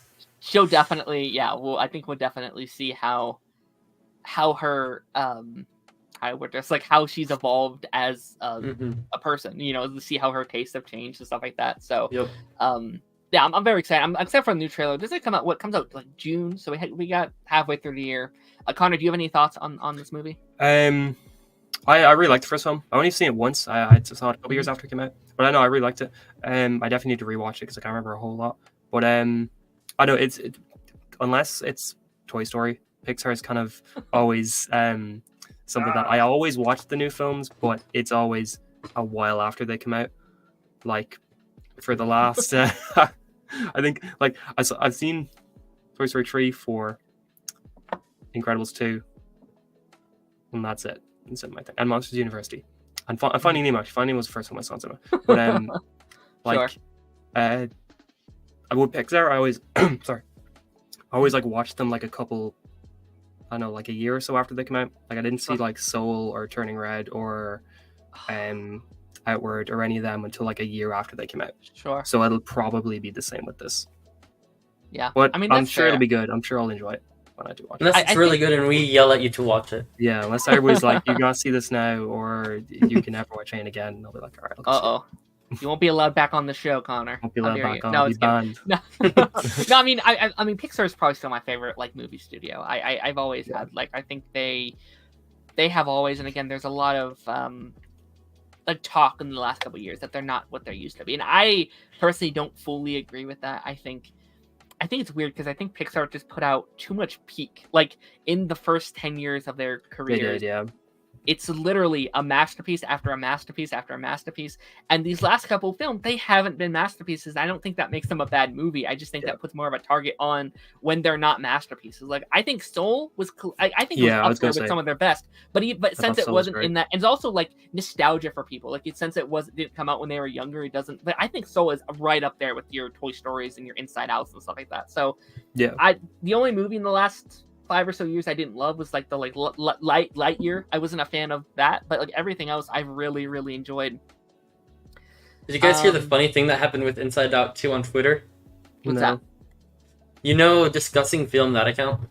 Yeah. There's a parody account, Discussing Film. And they posted Tom Cruise has joined the cast of Inside Out 2 as Adrenaline. And put source, deadline. And Dex, the other journalism thing, Dexerto account, saw that, the official one, and didn't realize it was a parody, so posted it without even doing their own research. Oh, no. So everyone thought it was true until they deleted it later. But it was insane because everyone was like, Tom Cruise is playing Adrenaline in Inside Out 2 for like really a week. That'd be great. Imagine that. The chaotic energy he'd bring to that. I would love to see that. That'd be really funny, but Adrenaline also isn't an emotion. Yeah, no, that's true as well, yeah. That'd be really funny. Robert said, I am very excited for the movie and only know one of the new emotions. Yeah, hell yeah. Yeah, Adrenaline. Oh, yeah, that's Cruise. It. That's the one. He's here. It's just Tom Cruise. It's not even, he just walks in. He just dresses Tom Cruise. He's going to do stunts in Inside Out 2. He just do like backflips across the room. Jumps out of the head. Like, how'd you do Mission that? Impossible. Already next up, I think this is one we'll also have on our list, and that's Deadpool 3. I mean, I feel like I still, and I say this every. My emotion would be Batman. Sorry. The chat. That's funny. But like, I can't believe this movie's still happening. Like, it feels like we've been in like this weird space with Deadpool, where it's like, it's not actually like Ryan Reynolds keeps says it's happening, but we're not actually going to see it. But like, not only Deadpool, not only is he back in the MCU, but Hugh Jackman is here, and that's a fever dream. Just it's gonna connect with TVA stuff. It's gonna be insane. Yeah, they got the Matthew McFadden from Succession is apparently playing a TVA agent, which I'm excited for that. That's gonna be cool. Yeah, I'm very excited for this movie. I'm also very not nervous, but I'm very also like worried, I guess, about because I think this is a make or break for Marvel. I really do think. I think we've had a couple of those movies where if certain films fail or they don't do as well, it will lose a bunch of the audience. And I think Daredevil is one of them. If Daredevil fails, you lose a bunch of your audience. I think Ant-Man was a massive one for people because that was the start of Phase 5. They're like, all right, I'm going to tune in for Guardians, or I'm tuning in for Ant-Man, and that lost a lot of faith. I think if Deadpool is bad, if this movie is bad, I think you're going to lose a lot of people, a lot more people than we already did. And I think you're going to lose because this is going to bring in a lot of new people. People who either just watched the Deadpool movies or who back for with Hugh all Jackman. The Fantastic Four, Elektra, the old Daredevil, X-Men stuff. It's all going to be coming back for this. It's going to be insane. 100%. And I also think this is going to be I guess previously I would have said this is a big build up to your Avengers films and what that all is in. And now they're changing course of the Avengers, and that also makes me kind of nervous of they have to do a bunch more reshoots. They're currently still filming it, so maybe they have time to fix it up or whatever. But I am nervous as well as just being absolutely insanely excited. Yeah. Did you hear the thing of Iman on getting interviewed and her saying feeling young at Avengers, and then she covered her mouth oops. Yeah. I think that might be more Tom Holland stuff where she's faking spoilers. Things like that. People also took that out of context. She was saying spoilers for the last MCU movie, but she's like, when we were filming the Young Avengers, which the Young Avengers scene in the movie that's already out. A lot of people are like, they're filming a Young Avengers movie? What the it's like, no. I didn't see that. Okay. I didn't see the full clip. Okay. Sorry about that. But Connor, what's your kind of opinion just as a whole on this movie and kind of where we pretty stand much with it? Exact same to you. I'm worried about it. I think you're bringing Deadpool. It's a sequel to a film from by the time it goes out 6 years ago, and that other film was in a different continuity and all that, and they're bringing in so many elements and so many things into this that could work or could be a little bit too crazy. I think Deadpool is a good character to do this with because it's not going to feel like cameos. It's going to feel like jokes, which I think is good for Deadpool to do that. But I just think, you're completely right. This is bringing in a lot of people. There's a lot of people I know who have been tapped out of the MCU for a while now, but they're really excited for a new Deadpool film. And if they show up to this and they don't like it, then that's going to be them going, oh, well, the new MCU even ruined Deadpool. Why would I come back for any of their future stuff? Yeah. So I don't know. I think it's got a lot riding on it, but I do think that the fact it's the only MCU film this year shows they have a lot of faith in it. Yep. I feel like if they weren't too happy with it, or if they weren't too excited about this doing well, they'd have at least one other MCU film this year. Would have got pushed out. Yeah. For sure. Exactly. Also that picture of Deadpool and Wolverine I've seen so many times that at this point it just looks like Hugh Jackman's Wolverine is just photoshopped in there. It doesn't. Have you seen the Wolverine mask yet? I think I may have on something. There's been so many little pictures that have come out over the last few months that they all kind of blend together, and then they did all the I kind of feel bad at the same time, but it's still so cool to see. I definitely think we do need a trailer soon as well, which I think is happening. We're about 6 or so months away. We're gonna be getting something soon. I think you do just need to get something else besides just one photo. I want to see Dogpool. He's in there, yeah. Yeah, I want to see him in the trailer. I mean, I already know he's in there, but I would love to get frames of him moving in the trailer instead of still pictures. I will also say I do think that this is going to feel very different because it's not just it doesn't just feel like the MCU's team that we normally get, because this is like Ryan Reynolds' team working on the movie. Yeah. And I think it's Ryan Reynolds' blood like infected into this, so I think it's going to feel very different than your average MCU movie. I don't think either Ryan Reynolds or Hugh Jackman would also sign on to it if it wasn't exactly what they want it to be. Like I think.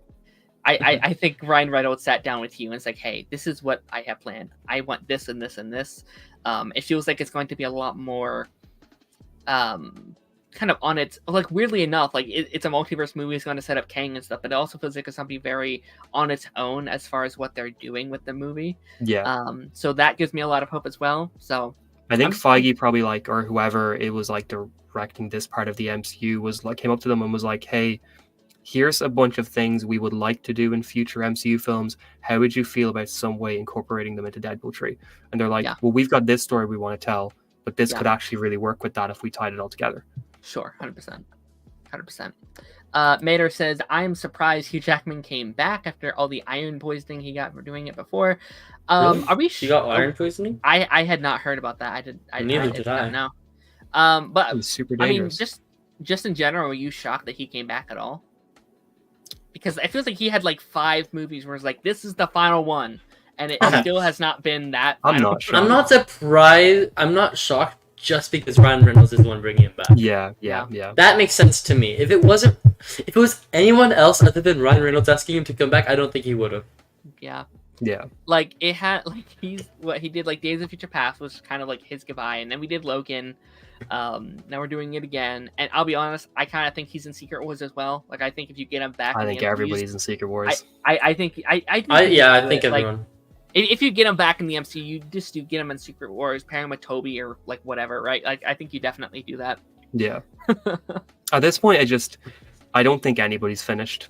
Like every time somebody says it's their last time playing a role, I never think they're finished anymore. Because like I feel like there's never not enough money or never somebody who won't be able to convince them to come back for something. For Secret Wars, I actually think the main 3 heroes will be Peter Parker, Miss Marvel, and Kate Bishop. I think those will be the main 3 heroes in Secret Wars. Not gonna lie. Interesting.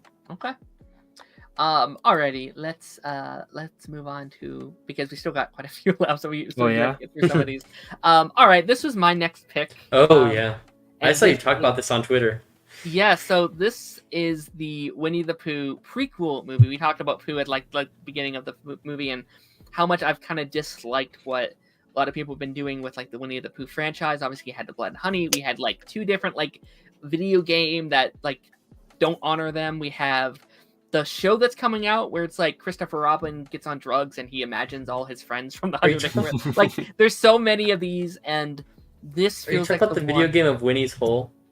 There's one, yeah. There's like 2 different like Pooh games that have come out or about to come out. It's like, all right, but this one to me feels like someone's finally taking the IP and they're using it as it not necessarily should be, but they're honoring where these characters came from, and it is a prequel to Winnie the Pooh, and it's described as a Paddington type movie, and it seems like it's really going back to the heart and soul of what Winnie the Pooh is. I originally thought this was coming from Disney. I was like, finally they're doing something with the franchise. It's actually not. It's like this like indie company, like some people that used to work on like DreamWorks stuff. So I'm very excited. Yeah, and honestly that gives me a lot more hope that it's these like indie filmmakers are making this movie and hopefully doing something really, really fun with the character again. I've missed, like, Winnie the Pooh is one of my favorite fictional characters of all time. I think he just represents what's good about the world, and I think he's a sign of like wholesomeness and goodness. And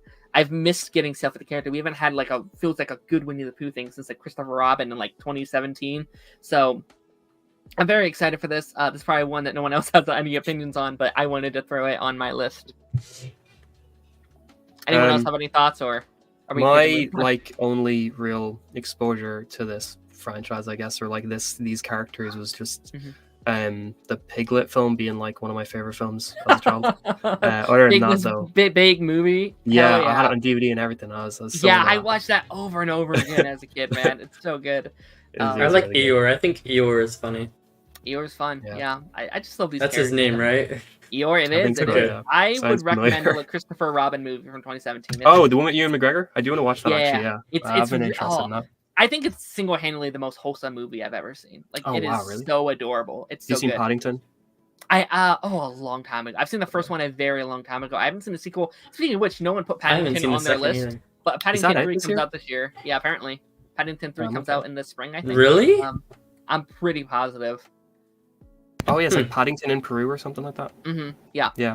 Oh, I did not know that was this year. That would have been on my list. After I told you mine that I want to put on the list for this thing, I was like, did I miss any? And looked back, and I didn't see Paddington 3 anywhere. Oh, okay, so maybe it's next year. Maybe it's 2025. I don't know. I just thought it was. All right, moving on. Did I go the wrong way? I did. I was moving back. Deadpool 4 is this year as well. I'll leave Dune 2, William. This was on your list. Yep. Solid pick. And I think it's on your list too, right, Connor? Or no? No. No, it wasn't. Okay, so. I mean, I'm gonna go see it for sure, though. Sure. Dune. I mean, it kind of just feels like Dune 1 just came out. Like, it doesn't feel like it's been like 2 years already. Yeah. But, what are kind of our opinions on like Dune 2? I think it's gonna be awesome. I love how the first one left off. At the beginning of the first one, I was like, "What? I'm only watching this because Timothy Chalamet and Jason Momoa is Zendaya." And then, like halfway through, I was like, "This is cool world building. I like this. There's so much you could do with this." And then just seeing more and more and more got me really, really interested in just the way it left off. Like, oh, there's going to be stuff going down in the second movie. Part 2, heck yeah, I wish it was already out. Sure. So, I'm just really excited to see what they do more. Yeah, I get that. I wasn't the biggest fan of the first one, not because I didn't think it was good, because I actually thought it was a very well-made movie. Like, I think they did a great job. There's a reason it won, like, so many Oscars a couple years back. Like, I just didn't find it to be a very, interesting movie. Like, I wasn't really entertained throughout it. And again, that wasn't the pacing wasn't the greatest. It's very slow to me, but I think the marketing for the second movie has been brilliant, because me being like, I don't really care for the second one, and these trailers come out, I'm like, I am in. Like, this looks incredible. This looks they make so great much fun. Trailers. Like, some of the best trailers out there. Yeah, I haven't seen any of those. Oh yeah, okay. Really I just recently watched the first movie like less than a month ago. Okay. I never got around to watching it until the last month, which is why it was fresh on my mind. Sure, no, I get that, and it seems like people have seen it like early and stuff. But people are saying it's really, really good, and how it's even better than the first one. So I'm in, man. Like I will go into this with an open mind. I hope I enjoy it more than I did previously, and just hope it's like a good time. Connor, do you have thoughts? I think the cast is amazing. I think the cast, the score, and the cinematography is why I'm excited for it. It's like those three things. Like, I think the story and the action or whatever will be fine, but it's those other three things that I think are going to make it an experience that I'll want to see pretty ASAP. Yeah, because I'm kind of the same as you, where I didn't love the first one, but I thought it was a really well made film. I thought it was solid enough. It's just, it definitely felt like sometimes there was a lot of time spent on something that wasn't as interesting, and then they'd switch to something else that seemed a little bit more interesting, but they'd spend barely any time on it. The whole thing with the mom, those. Yeah, for sure. I still think they did it better than the 1980s David Lynch film, because that was I want to watch that before I watch the second one, just to see the differences. It's just the two it's the one book just shoved into a shorter film than the first Dune film, but the first Dune film's only half the book, so it's weird. I think the first Dune's too long and maybe goes too in depth with areas of the book, whereas the original Dune film from the 1980s is definitely too short for what the book is. So it's interesting. I'm also curious to see what they're doing with their TV show as well. That's coming to that's coming out this year. There's a Dune TV show? Yeah, I think it's this year. It's like this. It's coming out. Oh, yeah. I think it might be later. I think it might be. I'll put that on my list. August, okay. October. Okay. Yeah, I could. I'm curious because I don't know any of the lore. I don't know the books or the movie. Yeah. I know nothing. So I might check that out. I'm going to read the books just like I am Hunger Games books. Books are apparently really good. But there's like a load of sci-fi films that have like James McAvoy as the main character that were like based on a load of the spin-off books or something like that. Oh, okay. Kai Rex said Paddington 3 is coming out in January of 2020. So it's early next year. Okay, that makes sense. Alrighty, moving on. This is Who picked this? This is my. I have no idea who would put. No, this is my number 1 pick, and I think it was Casper over there. Oh, whoa, Casper! I didn't know you loved Lion King. All right, so a little bit of backstory. Like, I feel very guilty that this is my most anticipated film of next year. No, it's valid. Like, Lion King is my all-time favorite movie. I love Lion King. This is my favorite Lion King character. Like, I love Lion King. It's one of my favorite movies. So I think just everything kind of culminating, just getting, for the first time in a very long time, outside of the like Lion Guard stuff, we're getting an original Lion King movie with brand new songs, an entirely new story. You have Barry Jenkins, who's an Oscar-winning like director, involved with it.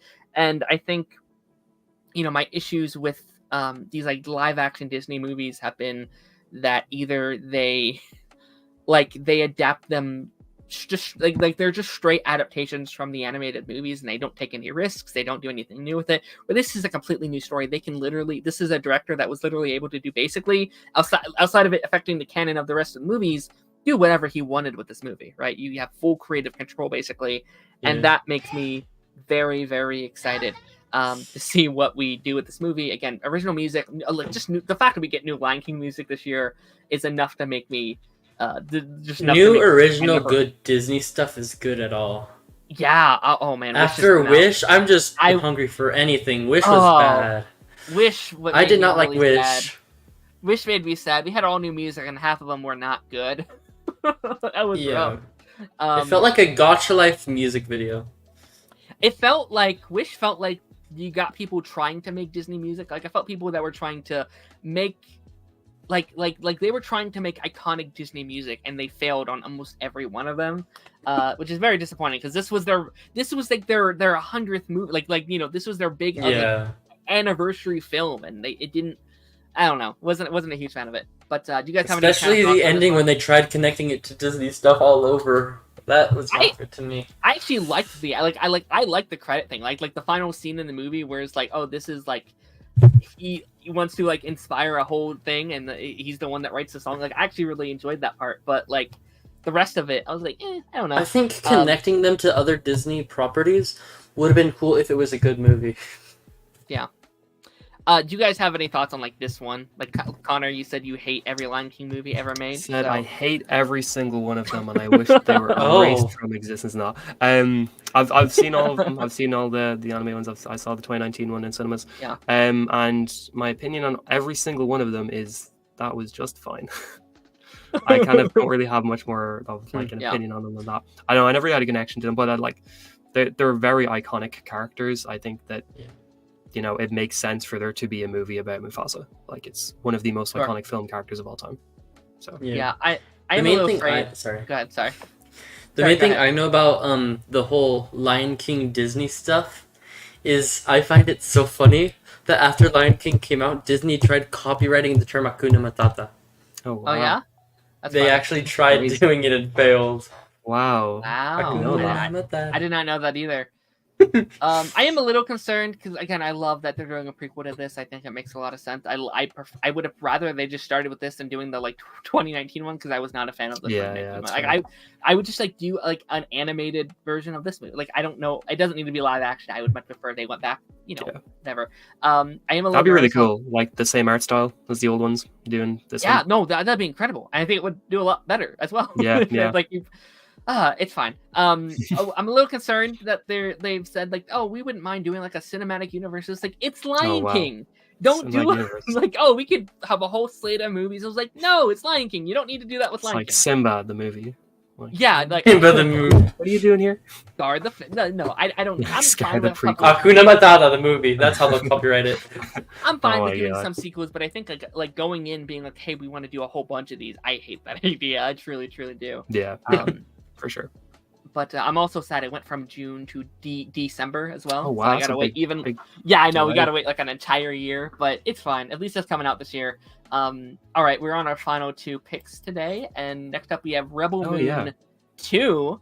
I still have not seen the movie yet. That just came out this past month. How are we kind of feeling on Rebel Moon 2?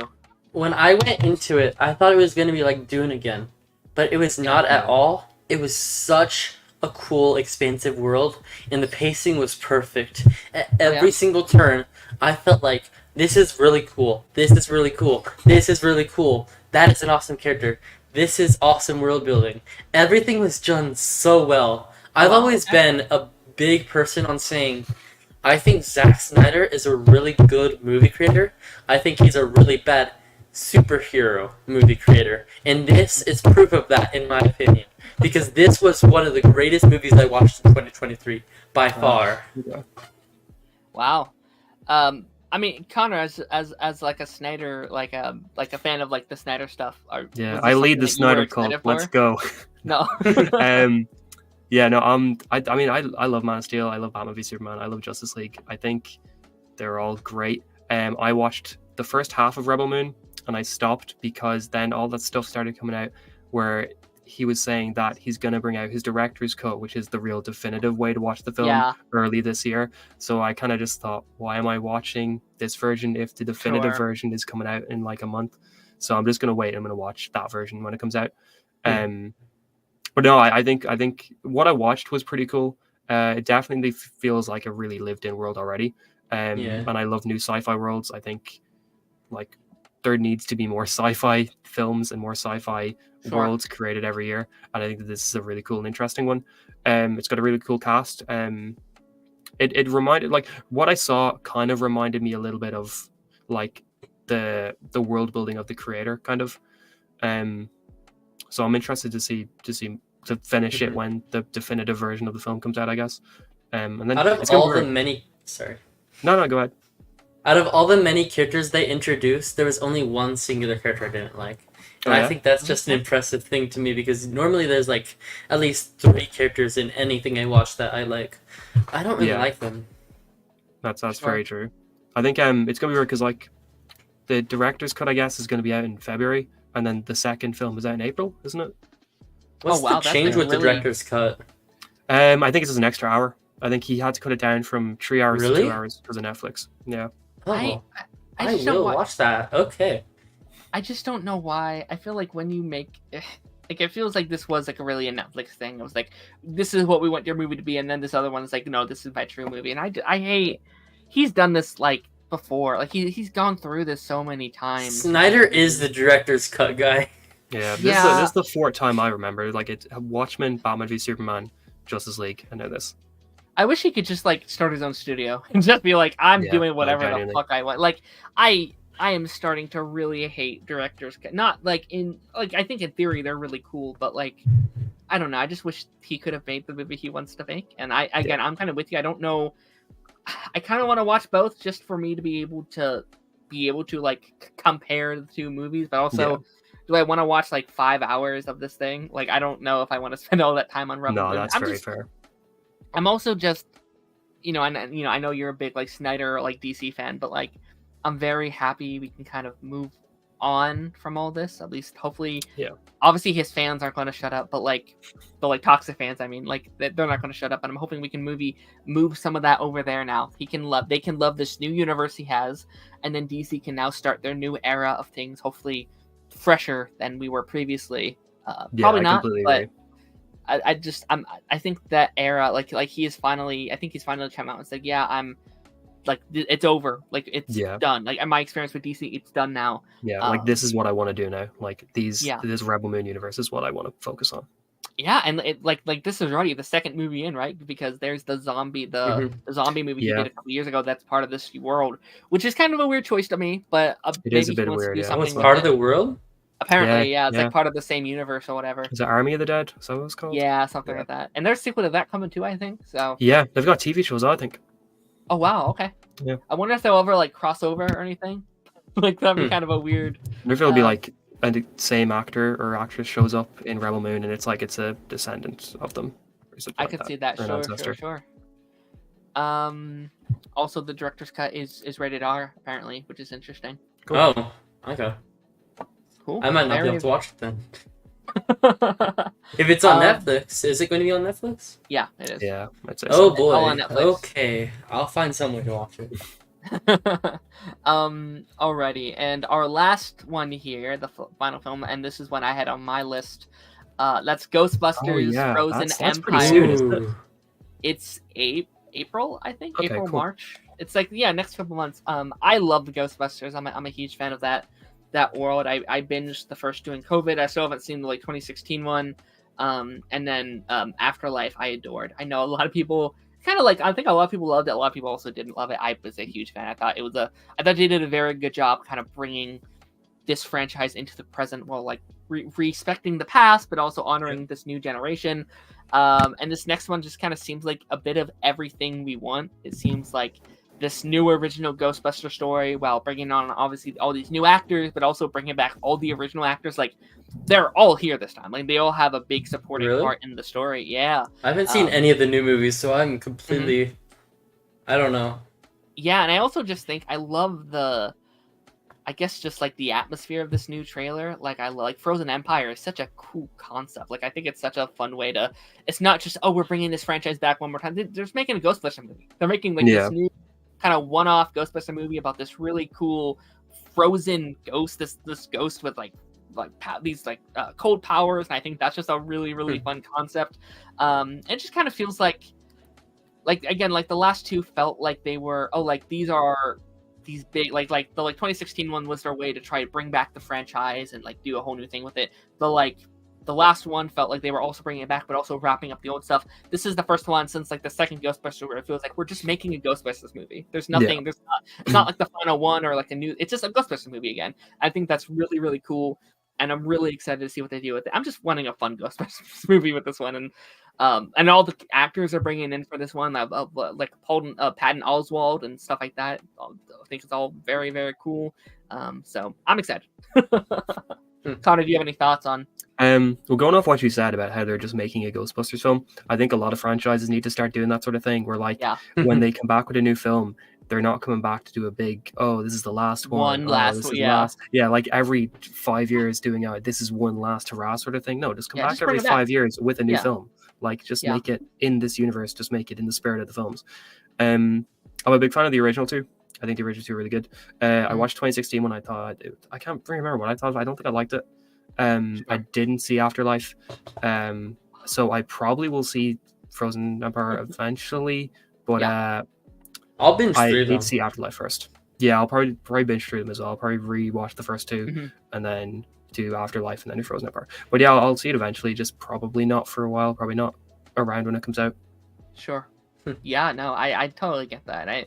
I do think Ghostbusters is one of those weird ones where I don't it's such it's such a great pop culture icon, but I also don't know how much of an actual fan base there still is that are going to see. The first one did okay for when it was 2021, and we were it's still pretty peak COVID. Theaters were still coming back, so I think it made literally just enough for them to be fine, you can do another one. I also don't think these movies are extremely expensive. I think the most expensive thing about them is the cast, Paul Rudd and stuff like that. So I don't know. I hope it does well. I hope we can get the song is popular enough for the people to go see it. Yeah, but just put that song in the trailer and maybe people will go. Also, it's very interesting to me. Obviously, I understand.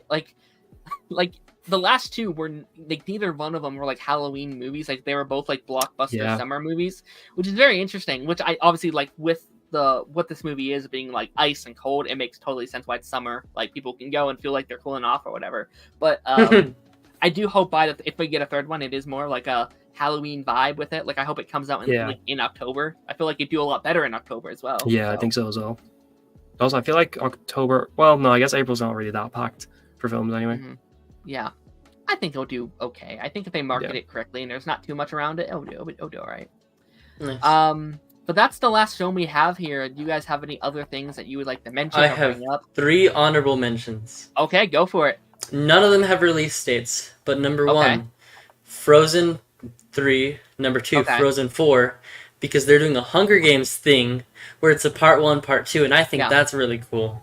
I agree. And then 3rd honorable mention, Bendy movie got announced. Bendy and the Ink Machine. Okay, interesting. Yeah, I hope those do. Frozen's a weird one for me. Connor, we actually talked about Frozen a couple weeks ago when the last time. Or I said I didn't remember that they even announced. Was that what I said? Yeah. I was like, I didn't know. Like, I didn't even know. I didn't even know a second one. No. Yeah. What's Frozen? I 100% agree with you. I was very hyped. Like, that's the first time Disney's ever done a thing where it's like the part one. Like they've never been like, hey, we're doing 2 parts of a story. Like Disney never done that before, and I think that's really fun. I think if there is a franchise Disney has to do that, it is Frozen. And it's definitely not next year, but I'm hoping maybe like a late 25, not 26. We'll see. Frozen 1 and Frozen 2 had really big impacts on my life. Because Frozen 1 came out at a time where I was feeling like Elsa of needing to let it go. And then number 2, I felt a lot like Kristoff with the whole thing with Anna around that time when Frozen 2 came out. So both had huge impacts on my life, and that's what really brings love to the franchise for me. And just the world building in the movies themselves. That makes me excited for 3 and 4. Yeah, I love the Frozen movies. I was in 5th grade when the first one came out. I was quite young, so it's been a while, and I think like there's always such a massive break too. Like they really don't rush these movies out. It's been the last one didn't come out until like 2019, so it's been a couple years already. Yeah, it's been a minute. It took them forever to like announce it. Like I thought, like they both made a lot of money. Like they do very, very well. So it took them a long time to actually like announce these new ones. So hope that means they're taking their time with it. I hope that means that they're not rushing them out as they easily could, because they make a lot of money. So I think that's very, very cool. But Connor, do you have any kind of final ones that you would like to bring up? My honorable mention is Superman Legacy is going to be the greatest film of all time. Yeah! There's no doubt in my mind that that's going to be the greatest film of not just this year, even though it's not coming out this year. It's going to be the greatest film of this year. The trailer is going to come out this year, and it's going to be the best film of this year. And then the film's going to come out next year, and it's going to be the best film of the century. So for real, that trailer is going to be better. Good to see you're not a full Snyder cultist. You're excited for Superman Legacy. No, I'm so excited to see new DC. Yeah, no, Jenny, Superman first. And that's it. I totally get. I'm so excited. I think at the time, I don't know if I like through this show. I don't know if I will have ever talked about a movie more than Superman, because Superman at least comes up. Like having just all this time, like talking about it, like once a week, like for 3 years in prep, like that's going to be insane. I'm excited for more casting this year. Like I know we got most of the Superman casting, but like just DCU as a whole, I'm excited to get like Supergirl, Batman, all that sort of stuff. I have 2 main wish list characters for Superman Legacy. Oh yeah. I want Blue Beetle to come back. Okay. I really like Blue Beetle, my favorite movie of all time so far. And also, I would love the Midnighter to make an appearance from the Authority. Oh, that'd be cool. He's my favorite Authority member. Yeah, I could see that. Set him up before you get Apollo and stuff like that in as well. That'd be cool. Yep. Yeah, sure. I think I don't think Blue Beetle would be like a Superman, but I think he's definitely coming back. Like I'm imagining maybe a Batman, like maybe something at the end of Batman or something to set up like a Titans or something. I could maybe see that. I could just see like Blue Beetle being on Waller. A TV screen in Daily Planet as like a cameo. Yeah, sure, I could see that. I could see Waller. I think a lot of cameos are going to happen in Waller to kind of just set up that world a little bit better. She's like investigating a load of pirate people or something like that. Sure, I could definitely see that. But both that being said, we are heading towards the end of our stream here. William, where can people find you? On my YouTube channel, at William Nero. Same thing as my name on the screen. I have not posted anything yet, but I have huge plans for the next year. I'm setting up like 40 different videos that I'm scripting out right now that I want to post 5 videos when I first start and then just weekly upload from there. And I have huge projects I want to set up. That's very smart. Hell yeah, man. Nice. And Connor, where can people find you? Well, people can find me right here because I'm on the stream right now. No, there's my Twitter and my X or whatever you want to call it, and then the YouTube as well. With both eggs over here. I don't know. I'm gonna try and get more consistent with uploads this year. I think video essays for TV shows and stuff like that is what I'm aiming for. I got an hour video out last week, and I want to do more Agents of Shield stuff, but there's just nothing. There is not a single bit of anything for that. But we'll see. Hopefully soon, man. I'm hoping something comes out soon. Fingers crossed. But again, thank you everyone who we had a good bunch of people today. Robert was here, Mater was here, Kai was here. We had a whole bunch of people. Arcanized was here earlier. We had a whole bunch of great people pop in. Dark Chosen was here. We had a whole bunch of people.